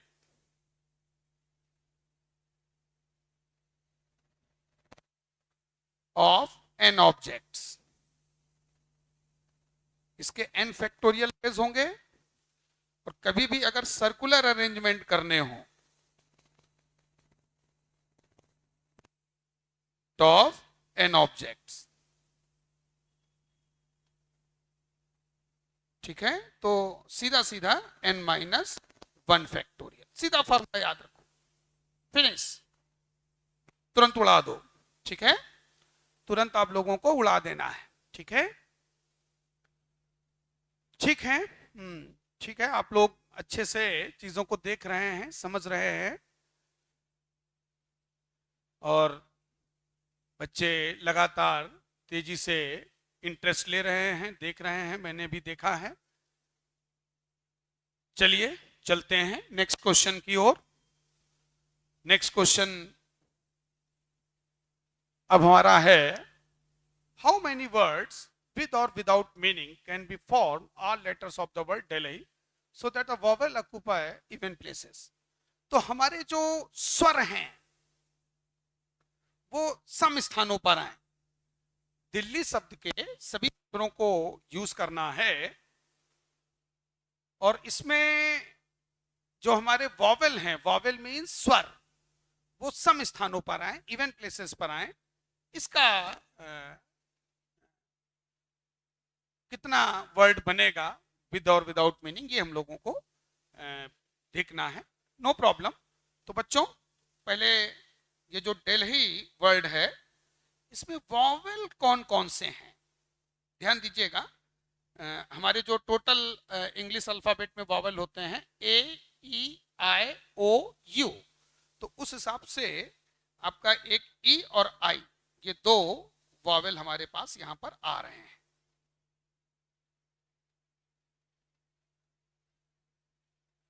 दो वॉवेल आ रहे हैं, ठीक। तो 1 2 3 4 5, चूंकि 1 2 3 4 5 ये 5 हमारे लेटर्स हैं यहाँ पर, और इसमें से 2 इवन प्लेसेस हैं। ये मैं सेकंड प्लेस और फोर्थ प्लेस इनको मार्क कर रहा हूं, ठीक। अच्छा, 2 ही वॉवेल हैं, तो इन 2 प्लेसेस को, चूंकि सीरीज में सब कुछ है मामला, तो इसको चूंकि इस प्लेस को फिलअप करने के 2 तरीके, यहाँ सिंगल वे हो जाएगा। ये इवेंट प्लेसेस के आ गए, इवेंट प्लेसेस के अरेंजमेंट वो मैंने पहले कर लिए हैं जिन पे एरो लगा हुआ है। यहां पर 2 में से कोई एक रख सकते हो, फिर एक ही बचा, या सीधा सीधा 2 फैक्टोरियल कर देते। 3 प्लेसेस हैं, 3 फैक्टोरियल बेस से अरेंज होंगी, या ऐसे काउंट कर लो, इस पे 3 में से कोई एक आ जाएगा, जो बाकी के 3 बचे हैं वॉवेल हटा के, इसमें 2 इसमें 1, सीधा सीधा 3 फैक्टोरियल, ठीक है। तो ये 2 फैक्टोरियल इंटू 3 फैक्टोरियल, ये तो 2 हो गया, 3 फैक्टोरियल हमारा 6 हो गया, आंसर विल बी 12। सो यहां पर हमारा ए ऑप्शन जो है बच्चों करेक्ट हो जाएगा। चलिए अपने नेक्स्ट क्वेश्चन की ओर हम लोग चलते हैं। क्वेश्चन नंबर 128 में आ जाते हैं, और यहां पर एक बाइनोमियल हमको दिया हुआ है x square plus 1/x to the whole power 11, और इसमें x टू द पावर 7 का गुणांक निकालना है। नो प्रॉब्लम, ये हमारा बाइनोमियल है x square plus 1/x to the whole power 11। तो जब भी बच्चों कॉफिशिएंट फाइंड करने होते हैं, तो आप लोग ध्यान रखें, पहले जनरल टर्म लिख लिया जाए। आपको कांस्टेंट टर्म निकालना हो, coefficient of x to the power r निकालना हो, या ग्रेटेस्ट टर्म निकालना हो, ठीक है। तो इसमें सबसे पहले general term, general term binomial का जड़ी बूटी है। तो TR प्लस 1 ये पहले हम लोगों को फाइंड कर लेना है। ये हो जाएगा 11CR x square to the whole power 11 minus r into 1/x to the whole power r। x पे नेट पावर कलेक्ट कर लो आराम से, तसल्ली से। तो 11CR x to the power 22 minus 2r, और इसको जब ऊपर लाओगे तो x to the power minus r। तो अब हमारा हो जाएगा TR plus 1 11CR x to the power, अब ये पूरा नेट पावर कलेक्ट कर लो, 22 माइनस 3r। तो ये जो 22 माइनस 3r आया है x पे पावर, तो हमको चूंकि coefficient of x to the power 7 चाहिए, तो 22 माइनस 3r इक्वल टू 7, तो 3r इक्वल टू 15, 22 माइनस 7 15 हो जाएगा, r का वैल्यू 5 हो जाएगा। तो हमारा जो कॉफिशिएंट आ जाएगा x टू द पावर 7 का, वो यहाँ पर r का वैल्यू रख दोगे 11C5। अब इस 11C5 का वैल्यू हम लोगों को काउंट कर लेना है। तो 11 फैक्टोरियल, चूंकि न्यूमेरिक डाटा दिया हुआ है, 11 माइनस 5 हो जाएगा 6 इंटू 5 फैक्टोरियल, ठीक। अब ये जो 11 फैक्टोरियल है, तो 11 into 10 into 9 into 8 into 7 into 6 factorial upon 6 factorial, और 5 फैक्टोरियल हमारा ये रहा, तो ये कैंसल आउट हो गया, ठीक। अब ये जो 5 फैक्टोरियल है, इसको आप लोगों को ओपन कर लेना है, और ये हो जाएगा 5 इंटू 4 इंटू 3 इंटू 2 इंटू 1। तो ये 5 इंटू 2 ये हमारा कैंसल आउट हो गया, फिर 4 ये 2 कैंसल आउट हो गया, इधर ये 3 हमारा कैंसल आउट हो गया, तो 11 इंटू 6 इंटू दिस, तो 11 इंटू 42, और इसको जब हम लोग काउंट करेंगे तो फाइनली 462 हम लोगों का आंसर जो है आ जाएगा। तो इस तरह से ए ऑप्शन जो है वो हमारा करेक्ट हो जाएगा। चलिए आते हैं question number 129, the number of integral charge. तो एक बाइनोमियल दिया है √3 plus 5 to the power 1/8 to the whole power 256, और इसके प्रसार में पूर्णांक पदों की संख्या, इंटीजर टर्म, ये हम लोगों को फाइंड करना है। ठीक है, आइए बच्चों इसको जरा इस तरह के डिग्री में कन्वर्ट कर लो। पहले ये 5 टू द पावर 1/8, ये पावर 1/8 है, ठीक से लिखे दे रहा हूं आप लोगों को दिखे, और ये टू द होल पावर 256। तो इसमें भी सबसे पहले मैंने बताया कि जनरल टर्म तो बाइनोमियल का जड़ी बूटी है, तो हम लोगों को पहले TR+1 फाइंड कर लेना है।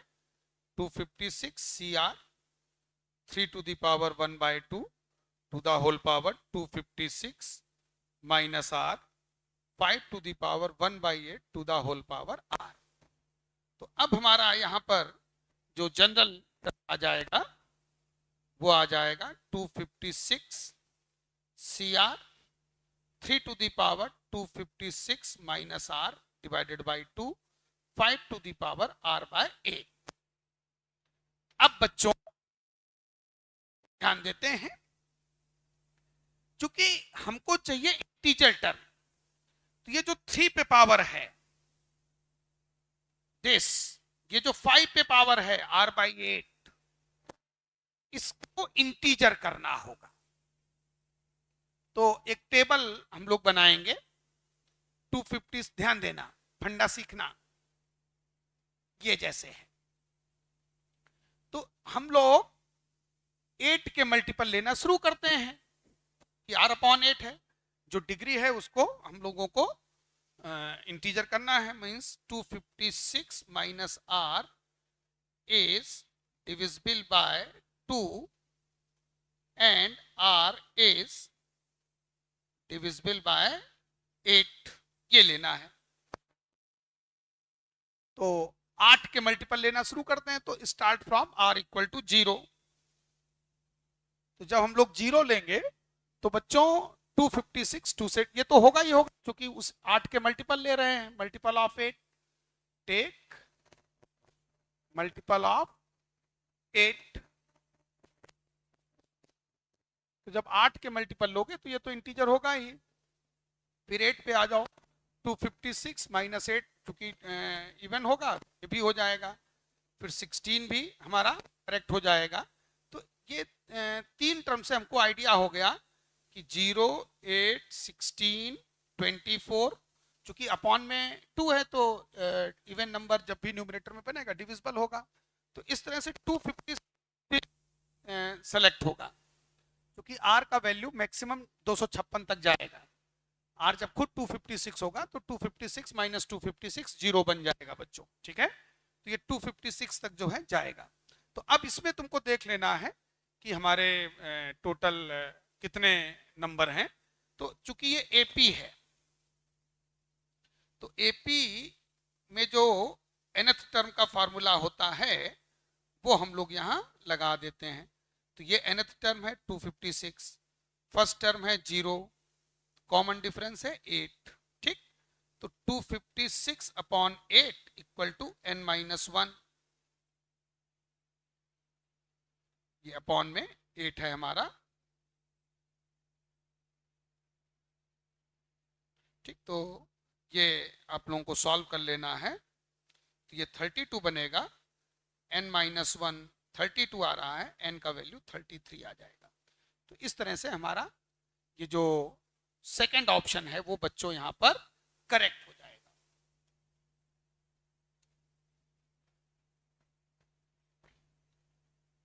तो अब हम लोग अपने देख लीजिए, थोड़ा कैलकुलेशन है उसको समझ लीजिए। फिर हम लोग नेक्स्ट क्वेश्चन की ओर चलते हैं। अब हमारा नेक्स्ट क्वेश्चन है the remainder when 7 to the power 103 is divided by 25। अच्छा क्वेश्चन, अच्छा क्वेश्चन। 7 टू द पावर 103 को 25 से विभाजित किया जाता है तो शेषफल क्या बचता है?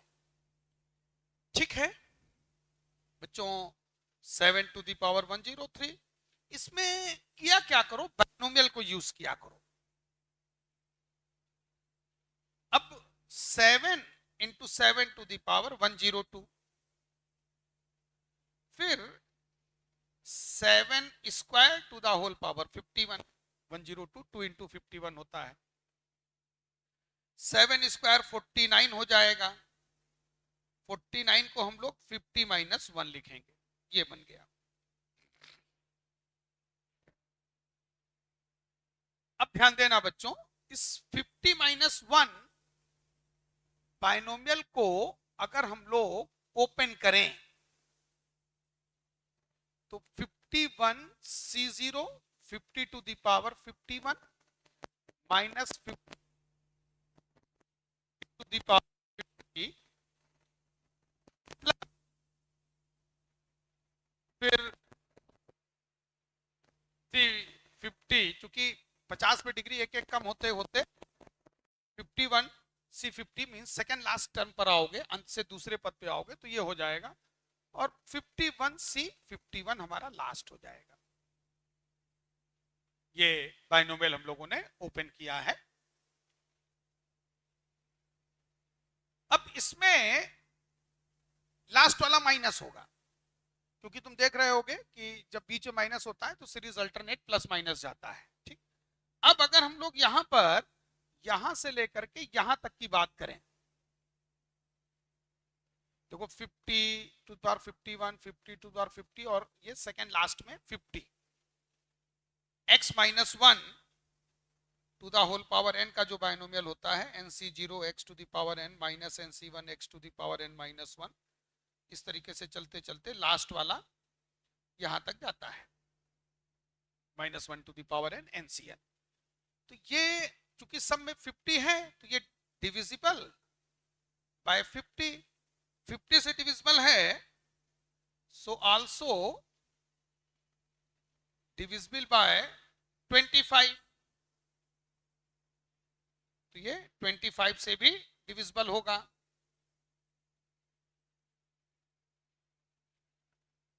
ठीक, 50 से है तो 25 से भी होगा, तो ये वाला बच रहा है।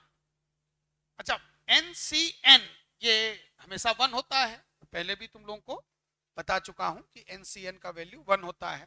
ठीक, तो ये 1 हो गया। तो अब अगर हम लोग बात करें तो 7 इंटू यहां से ये एक तरीके से 25 इंटू के -1, बस ये सब तो डिविजिबल होगा बचा।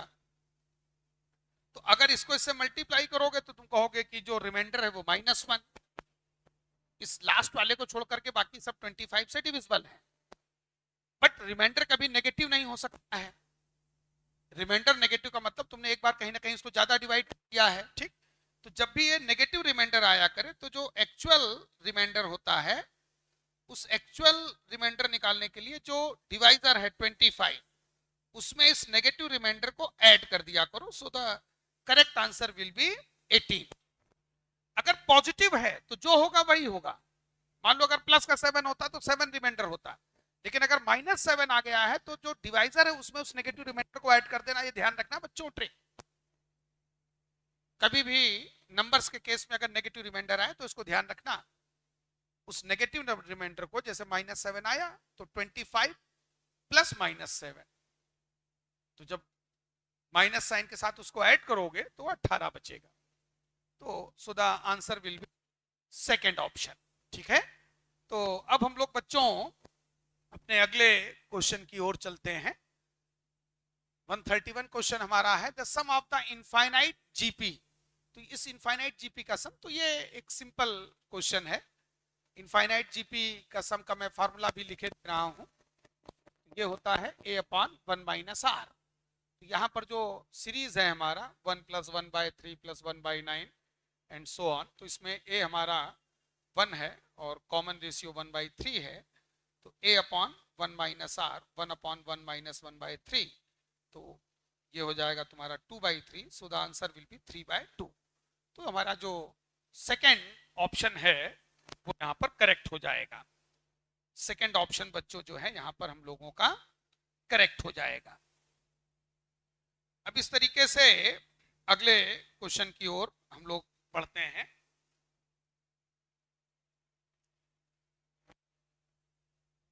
One 32 question,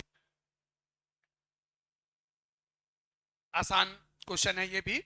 the perpendicular distance of the point 3, -4 from the line 3x - 4y + 5 = 0। तो इसका फंडा मैं आप लोगों को बता देता हूं। लाइन ax, पहले मैं फॉर्मूला लिख दूं, फिर आप लोग खुद ही कर सकते हो। वन हो तो ये जो परपेंडिकुलर लेंथ होता है pm, ये होता है mod of ax1 + by1 + c upon √a² + b²। तो यहाँ पर जो हमारा लाइन है वो है 3x - 4y + 5 = 0। तो a 3 है और b का वैल्यू -4 है, c का वैल्यू 5 है।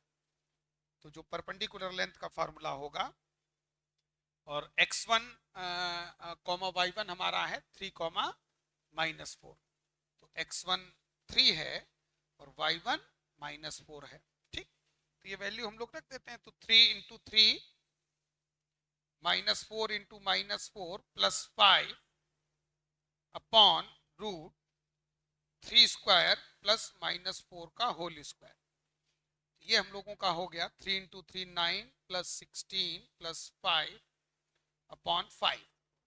ये डिनोमिनेटर में 9 + 16 √25 5 हो जाएगा। तो इस तरह से हम लोगों का जो है ये 9 + 5 14, 14 + 16 तुम्हारा जो है 30, और मॉड पॉजिटिव होता है तो 30/6 30/5 आंसर विल बी 6। तो इस तरह से सी ऑप्शन जो है वो हम लोगों का यहाँ पर जो है करेक्ट होगा। ठीक है, अब हम लोग 133 क्वेश्चन की ओर चलते हैं। The lines 2x + 3y - 5 = 0 and k × x - 2y + 7 = 0 और परपेंडिकुलर टू ईच अदर। ये दो रेखाएं हैं जो एक दूसरे पे लंबवत हैं।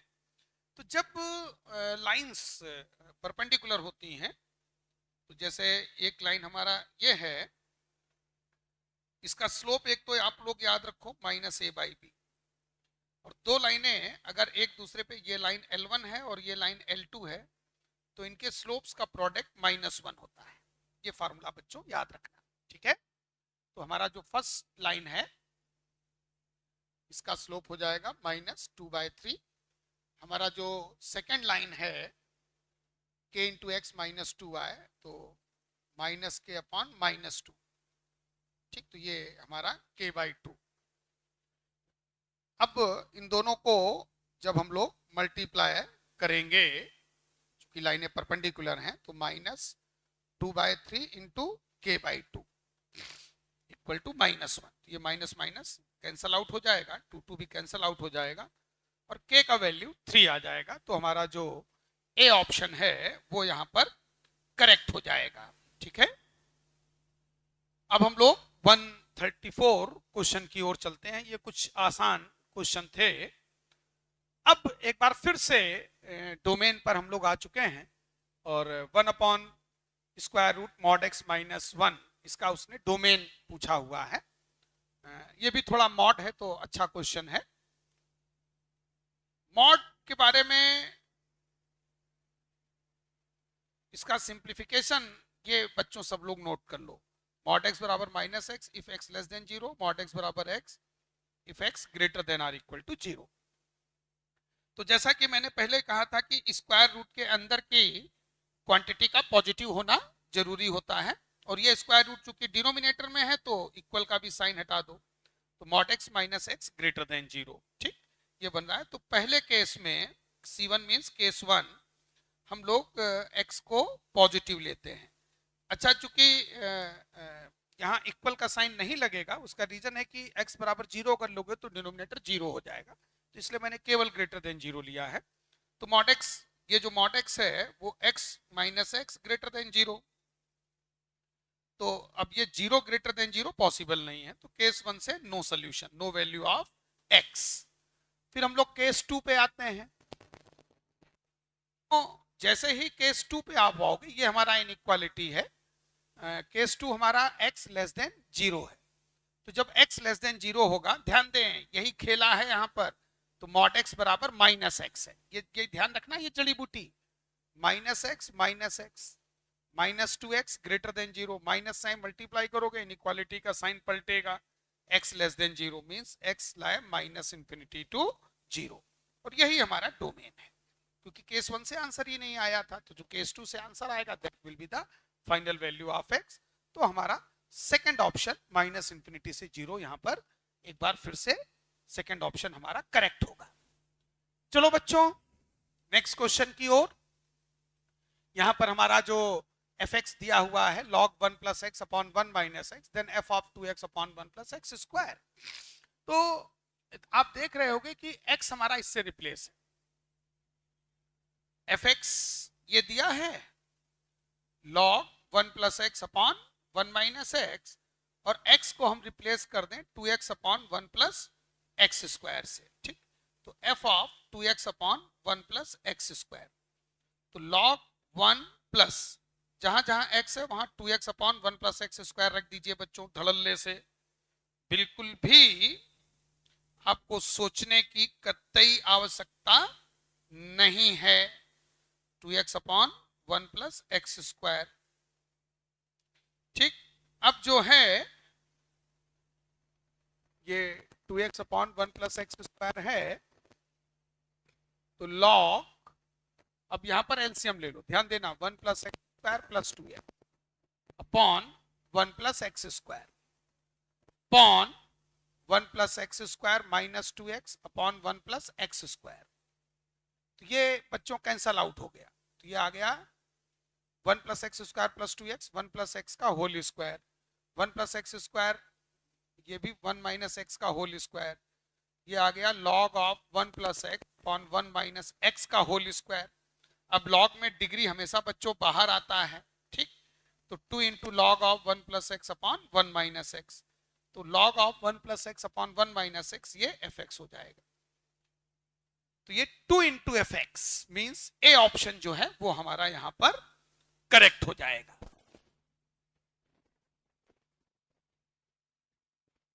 ये हमारा जो है करेक्ट हो जाएगा, ठीक है। देख लीजिए, समझ लीजिए चीजों को।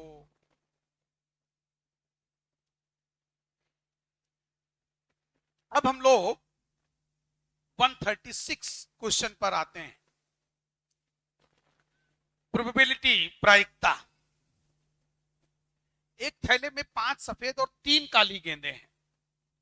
थैले में से बिना वापस रखे एक एक करके 2 गेंदें निकाली जाती हैं, दोनों गेंदों के काली होने की प्रायिकता। तो एक बैग है बच्चों हमारा, जिसमें 5 व्हाइट हैं और 3 ब्लैक हैं, और हम लोगों को विदाउट रिप्लेसमेंट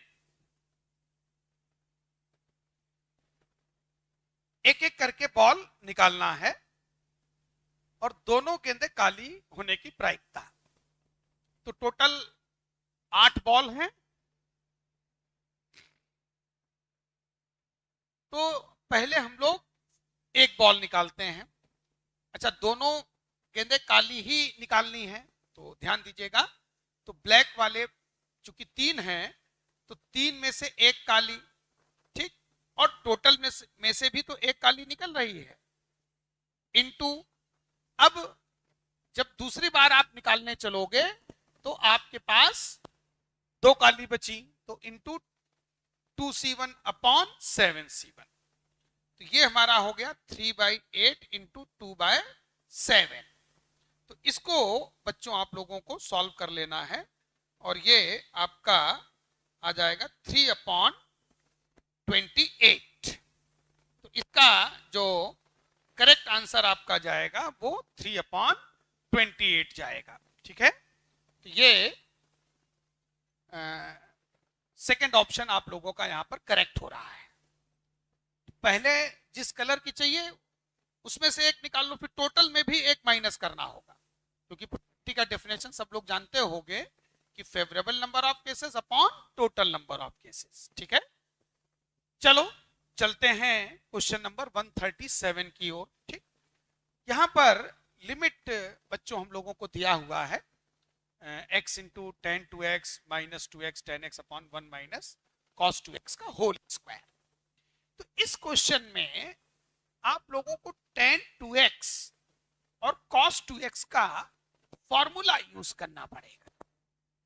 तो tan 2x का जो फॉर्मूला होता है वो होता है 2 tan x upon 1 minus ten square x. cos 2x का फॉर्मूला होता है 1 minus ten square x upon 1 plus tan square x.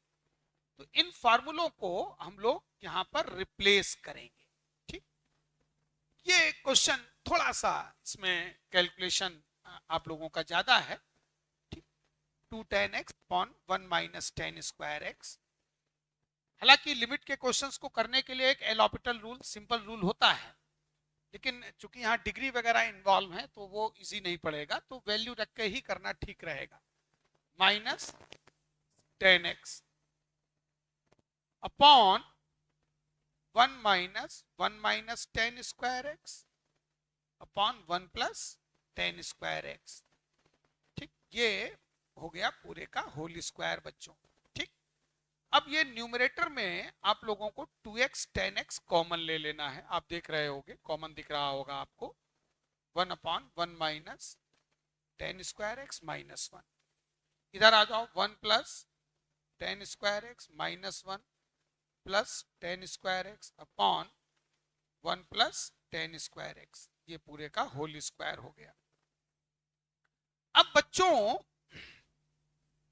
ये +1 ये -1 कैंसल आउट हो गया, तो limit x tends to 0 2x tan x, इधर 1 -1 plus tan square x upon ये 2 tan स्क्वायर एक्स और इसका होल स्क्वायर। साथ ही साथ आपको यहां पर ये एलसीएम का भी ध्यान देना है। ये जो 1 माइनस टेन स्क्वायर एक्स है इसको भी आप लोग मेंशन कर लो, और इधर ये 2 tan square x upon 1 plus tan square x का होल स्क्वायर। अब इसमें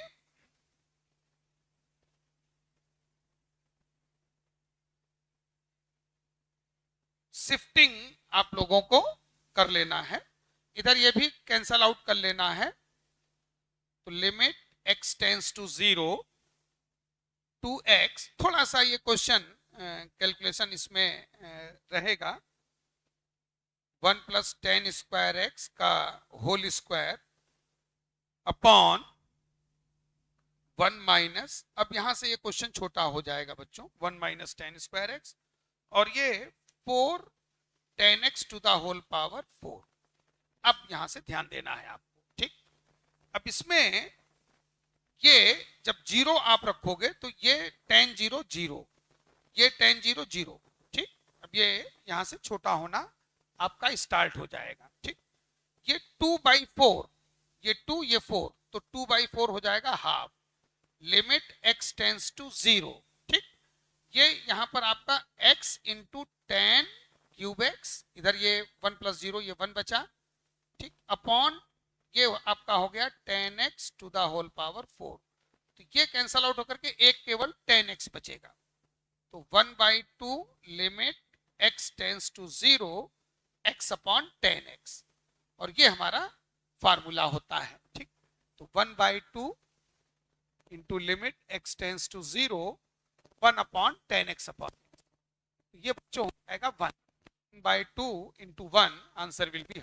ठीक है, तो यहां पर हमारा सेकंड ऑप्शन जो है ये करेक्ट होगा। चलिए चलते हैं अपने नेक्स्ट क्वेश्चन की ओर। Question number 134, the solution set of inequality this. तो ये एक सिंपल क्वेश्चन फिर से एक बार तुम्हारा इंतजार कर रहा है। ठीक, ये इनइक्वालिटी है। तो इस टाइप के क्वेश्चन में सभी को पता है कि वेवी कर्व मेथड हम लोग लगाते हैं और यहाँ पर हमारा ग्राफ बोलेगा प्लस माइनस, प्लस हमने कर लिया, हमेशा राइट साइड से चलना है प्लस साइन के साथ, फिर अल्टरनेट चलते हैं। ठीक, हमको चूंकि greater than are equal to 0 चाहिए तो माइनस इंफिनिटी से 1, न्यूमरेटर पे बिग ब्रैकेट और डिनोमिनेटर में जो 2 है उस पे स्मॉल ब्रैकेट, क्योंकि डिनोमिनेटर को नॉन जीरो रखना होता है। इक्वल का साइन अगर है तो न्यूमरेटर 0 हो सकता है।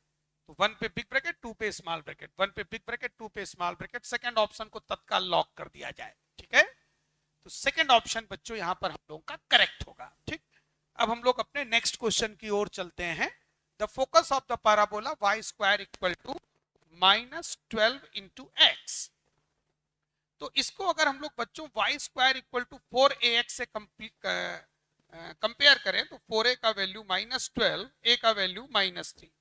आप सभी लोग जानते हो कि y square equal to 4ax जो पैराबोला होता है उसका फोकस a, 0 होता है। तो यहाँ पर जो फोकस हमारा हो जाएगा वो -3, 0, जिसको हिंदी में ना भी आप बोलते हो। तो सेकंड ऑप्शन यहाँ पर हम लोगों का करेक्ट हो रहा है। ठीक, यहाँ पर जो ग्राफ हमारा बनेगा, चूंकि a का कोफिशिएंट नेगेटिव है तो ये ओपनिंग लेफ्ट होगा एक्चुअल ग्राफ। क्योंकि एक जनरल प्रैक्टिस में तो हम लोग अपना बना लेते हैं, ये एक्चुअल ग्राफ होगा हमारा -3, 0। चलिए चलते हैं नेक्स्ट क्वेश्चन की ओर। 140 क्वेश्चन पर आ जाएं। इसेंट्रिसिटी ऑफ हाइपरबोला उसने पूछा है। तो जो hyperbola x square upon a square minus y square upon b square equal to 1 होता है, तो इसका इसेंट्रिसिटी निकालने का formula b square equal to a square into e square -1, जहां पर आप सीधा सीधा लेफ्ट राइट शिफ्टिंग करके आप ये फार्मूला जो है बना सकते हैं। तो यहाँ पर ए स्क्वायर हमारा 16 है, बी स्क्वायर हमारा 9 है, ए का वैल्यू 4 है, बी का वैल्यू 3 है। हालांकि आपको डायरेक्ट वैल्यूज रखनी है स्क्वायर में ही। 16 + 9 अपॉन ए स्क्वायर हो जाएगा 16। तो ये बच्चों आपका 25/16 जो कि 5/4 का होल स्क्वायर, और ई का वैल्यू आ गया 5/4। तो ई का वैल्यू 5/4 जो है वो हम लोगों का यहाँ पर जो है करेक्ट होगा। ठीक है, चलिए अब हम लोग अपने नेक्स्ट क्वेश्चन की ओर चलते हैं। कुछ आसान क्वेश्चन इधर आपका इंतजार कर रहे हैं। ये एक आईवी मैट्रिक्स दिया हुआ है और अव्युत्क्रमणीय, जिसको हिंदी में हम लोग बोलते हैं सिंगुलर। तो अगर कोई मैट्रिक्स ए अगर हमारा सिंगुलर मैट्रिक्स है तो आपको ध्यान रखना है इसका जो डिटर्मिनेंट वैल्यू होगा वो 0 होगा। तो इस मैट्रिक्स को हम लोग मॉड वैल्यू इसका डिटर्मिनेंट वैल्यू फाइंड कर लेते हैं। इसका डिटर्मिनेंट वैल्यू आपको फाइंड कर लेना है। 1 - 2 3 1 2 1 x2 -3। ठीक है, तो अब यहां पर मॉड हमको 0 कर देना है। तो 1 इंटू -6 -2 प्लस 2 इंटू R1 के में देंगे बच्चों, plus 3 into 2 - 2x equal to 0। तो ये हो गया -8 -6 -2x प्लस 6, और इधर ये -6x इक्वल टू 0। तो +6 -6 ये हमारा कैंसल आउट हो जाएगा, और -8x equal to 8, x equal to -1, x equal to -1। Second option निश्चित रूप से यहां पर हम लोगों का जो है सही होगा। ठीक है, अब हम लोग अपने नेक्स्ट क्वेश्चन की ओर बढ़ते हैं। y बराबर 3x एक फंक्शन बच्चों यहां पर दिया हुआ है। ये हमारा लीनियर फंक्शन है। लीनियर फंक्शन में जो ग्राफ होता है, लीनियर फंक्शन में जो ग्राफ होता है y बराबर mx का ग्राफ बोलेगा। ग्राफ से इसको आसानी से हम लोग सॉल्व कर सकते हैं। तो ये हमारा y बराबर mx का ग्राफ होता है। ठीक, अब चूंकि m का वैल्यू यहां पर 3 है तो एक्चुअल ग्राफ इस तरीके से ये हमारा y इक्वल टू 3x है। अब आप यहां पर अगर ध्यान से देखें तो ये 1-to-1 फंक्शन है। अगर हमको ग्राफ को 1-to-1 many to graphically check करना हो तो बहुत सीधा सा जड़ी बूटी है बच्चों, को क्या करना होता है, एक्स एक्सिस के पैरेलल एक लाइन खींच देना होता है। वो लाइन अगर ग्राफ को केवल एक पॉइंट पर कट करे तो बस वो 1-to-1 पक्का, ठीक है। लाइन हमेशा वहां खींचना जहां ग्राफ हो, ठीक है। तो 1-to-1 तो ये पक्का हो गया। इसके बाद में आ जाओ बच्चों कि हमारा जो है रेंज क्या होगा, क्योंकि इनटू टू के लिए रेंज निकालना पड़ता है। अगर हमारा रेंज इक्वल टू कोडोमेन है, सीधा ये जड़ी बूटी तुम लोगों को ध्यान है, रेंज बराबर कोडोमेन है तो हमारा ऑन टू होगा। रेंज अगर कोडोमेन के बराबर नहीं है तो इन टू होगा, ठीक। तो यहां पर 1-to-1 ऑन टू, क्योंकि इसका जो रेंज है जब आप इस ग्राफ पे बैठोगे और चलोगे तो देखो ये कहीं रुक नहीं रहा, ये माइनस इंफिनिटी से लेकर के प्लस इंफिनिटी जा रहा है। तो इसका जो रेंज है वो होल आर है। और यहां पर जो कोडोमेन है ये भी तुम लोगों को बच्चों क्या दिया हुआ है, कंप्लीट होल आर। तो रेंज बराबर क्या हो गया, कोडोमेन। रेंज इक्वल टू अगर कोडोमेन हो गया तो फंक्शन हमारा क्या हो गया, ऑन टू। तो ए ऑप्शन हमारा जो है यहाँ पर करेक्ट होगा, ठीक है। तो ए ऑप्शन जो है यहाँ पर बच्चों इसको जो है लॉक कर दीजिए। अब हम लोग इस पर आ जाते हैं 143 पर, ठीक। एक और डिफरेंशिएशन का आसान सा क्वेश्चन, ठीक। हमेशा कंपोजिट फंक्शन में बच्चों ध्यान रखना, अगर y equal to f of g x हो तो पहले बाहर वाले को डिफरेंशिएट कर लो फिर अंदर वाले को कर लो। तो इसका जो dy बाई डी एक्स होगा एफ डैश जी एक्स, और फिर अंदर वाले का डिफरेंशिएशन मल्टीप्लाई कर दो। तो यहां पर जो y बराबर कॉस ऑफ साइन एक्स दिया है तो पहले कॉस का निपटाओ। तो कॉस को जब तुम डिफरेंशिएट करोगे तो माइनस साइन कॉस का minus sine sine x into sine x का डिफरेंशिएशन क्या कर दो, कॉस एक्स। तो ये ए ऑप्शन तुम्हारा जो है यहाँ पर बच्चों करेक्ट हो जाएगा, ठीक है। अब हम लोग चलते हैं अपने अगले क्वेश्चन की ओर। अब इंटीग्रेशन का क्वेश्चन है, ठीक। इस इंटीग्रेशन में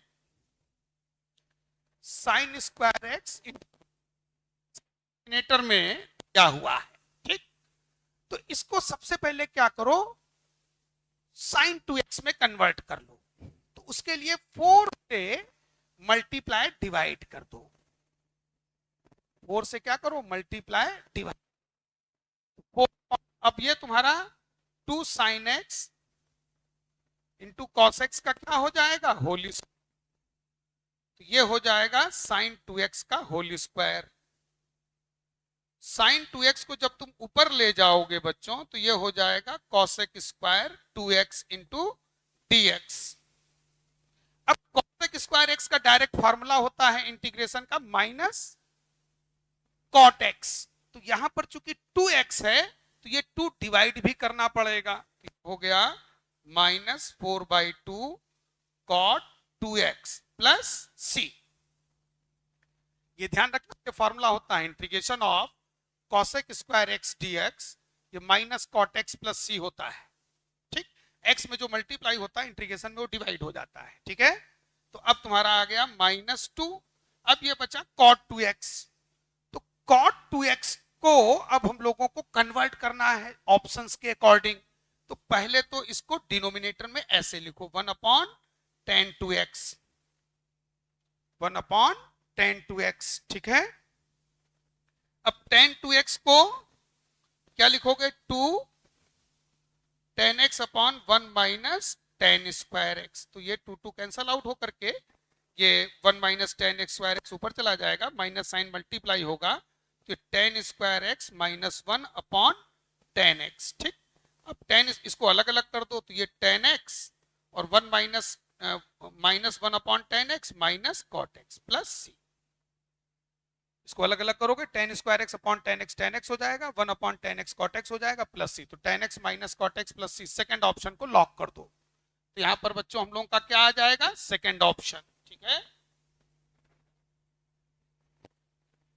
चलिए चलते हैं नेक्स्ट क्वेश्चन की ओर।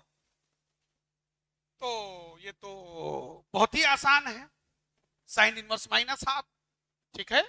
तो sine inverse of minus x, पहले तो ये माइनस साइन डायरेक्ट बाहर कर लो, ठीक। तो ये sine inverse of minus half minus sign inverse half का वैल्यू सब लोगों को तो साइन इनवर्स हाफ है वो हमारा क्या होता है π/6।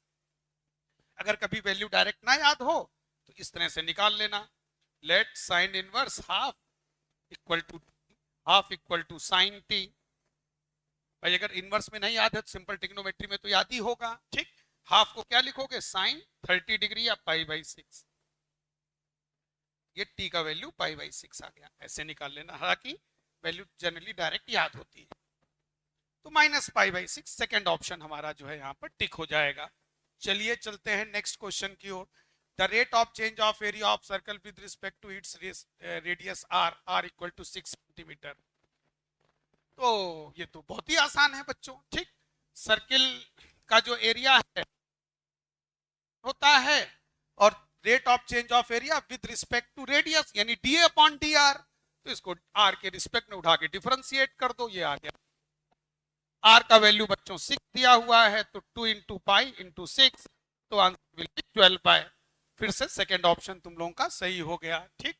चलो नेक्स्ट क्वेश्चन देखते हैं।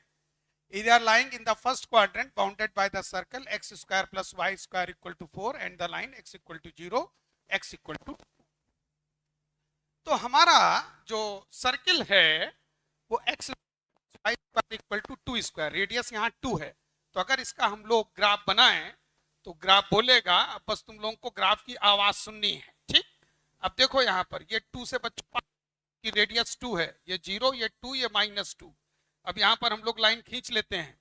लाइनें कौन सी हैं, x = 0 x = 2। x = 0 means y axis, ये x = 2 सर्किल को टच करता हुआ जाएगा। और इसका प्रथम चतुर्थांश ये बच्चों ये है, इसका निकालना है।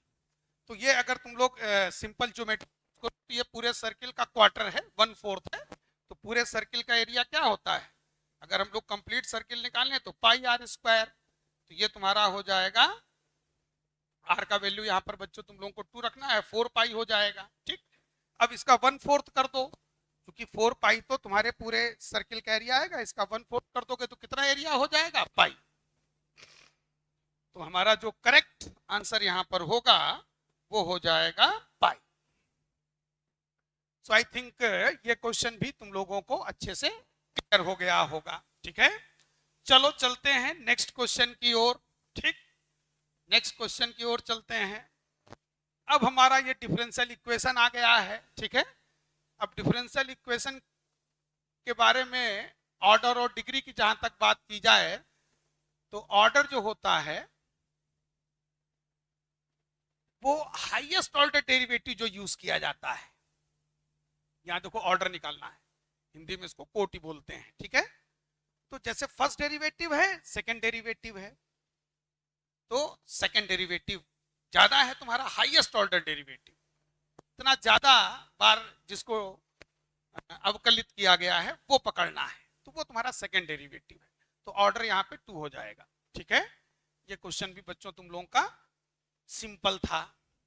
अब 149 पे आ जाओ। Linear programming the objective function is always, रैखिक प्रोग्रामन की बात की गई है। तो जो लीनियर प्रोग्रामिंग होता है, जैसा कि नाम से ही हम लोगों को क्लियर है, लीनियर पॉलिनोमियल मींस जिसमें डिग्री 1 हो, हैविंग डिग्री 1, हैविंग डिग्री 1। तो यहां पर ये जो तुम्हारा लीनियर मींस 1 डिग्री, रैखिक, यही करेक्ट होगा। तो ये भी बहुत सिंपल क्वेश्चन है। अब हम लोग बच्चों, हाँ, ये बड़ी देर बाद एक मजेदार क्वेश्चन आया, इसका मैं एक ट्रिक तुम लोगों को सीधा सीधा बता देता हूं, ठीक। जब भी इस तरीके से मॉड दिया हुआ करे, ठीक, जैसे mod of x - 1 + mod of x - t, तो इसमें जो ये नल पॉइंट्स होते हैं जहां पर ये टूटता है x = 1, यही नॉन डिफरेंशिएबल पॉइंट्स होते हैं। जैसा देख रहे होगे कि उसने नॉन डिफरेंशिएबल पॉइंट्स यहां पर पूछे हैं, मतलब फंक्शन कहां पर अवकलित नहीं होगा, ठीक है। इसका ग्राफ इस तरीके से होता है, y = mod of x - है, ये हमेशा याद रखना। इसका ग्राफ जैसे ये x = a का लाइन खींच लिया, x = b का लाइन खींच लिया, ठीक, और ये टब टाइप का ग्राफ बनता है, ठीक।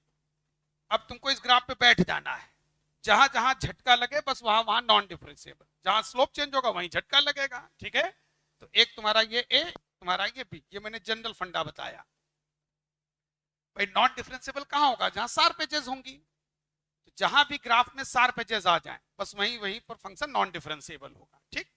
तो यहां पर जब हम लोग इसका ग्राफ बनाएंगे तो ये x इक्वल टू 1 का लाइन, ये जो नल पॉइंट है x इक्वल टू 2 का लाइन, ठीक। और इस तरीके का टब टाइप ग्राफ बनता है जो कि 1 पे और 2 पे नॉन डिफरेंशिएबल होगा। तो number of non differentiable point आपका 1 एंड 2, सी ऑप्शन यहां पर बच्चों तुम लोगों को लॉक कर देना है, ठीक। तो इस क्वेश्चन में तुम्हारा जो है सी ऑप्शन जो है यहां पर करेक्ट होगा, ठीक। सो आई थिंक आज हम लोगों ने लगभग 50 क्वेश्चन का डिस्कशन कर लिया है।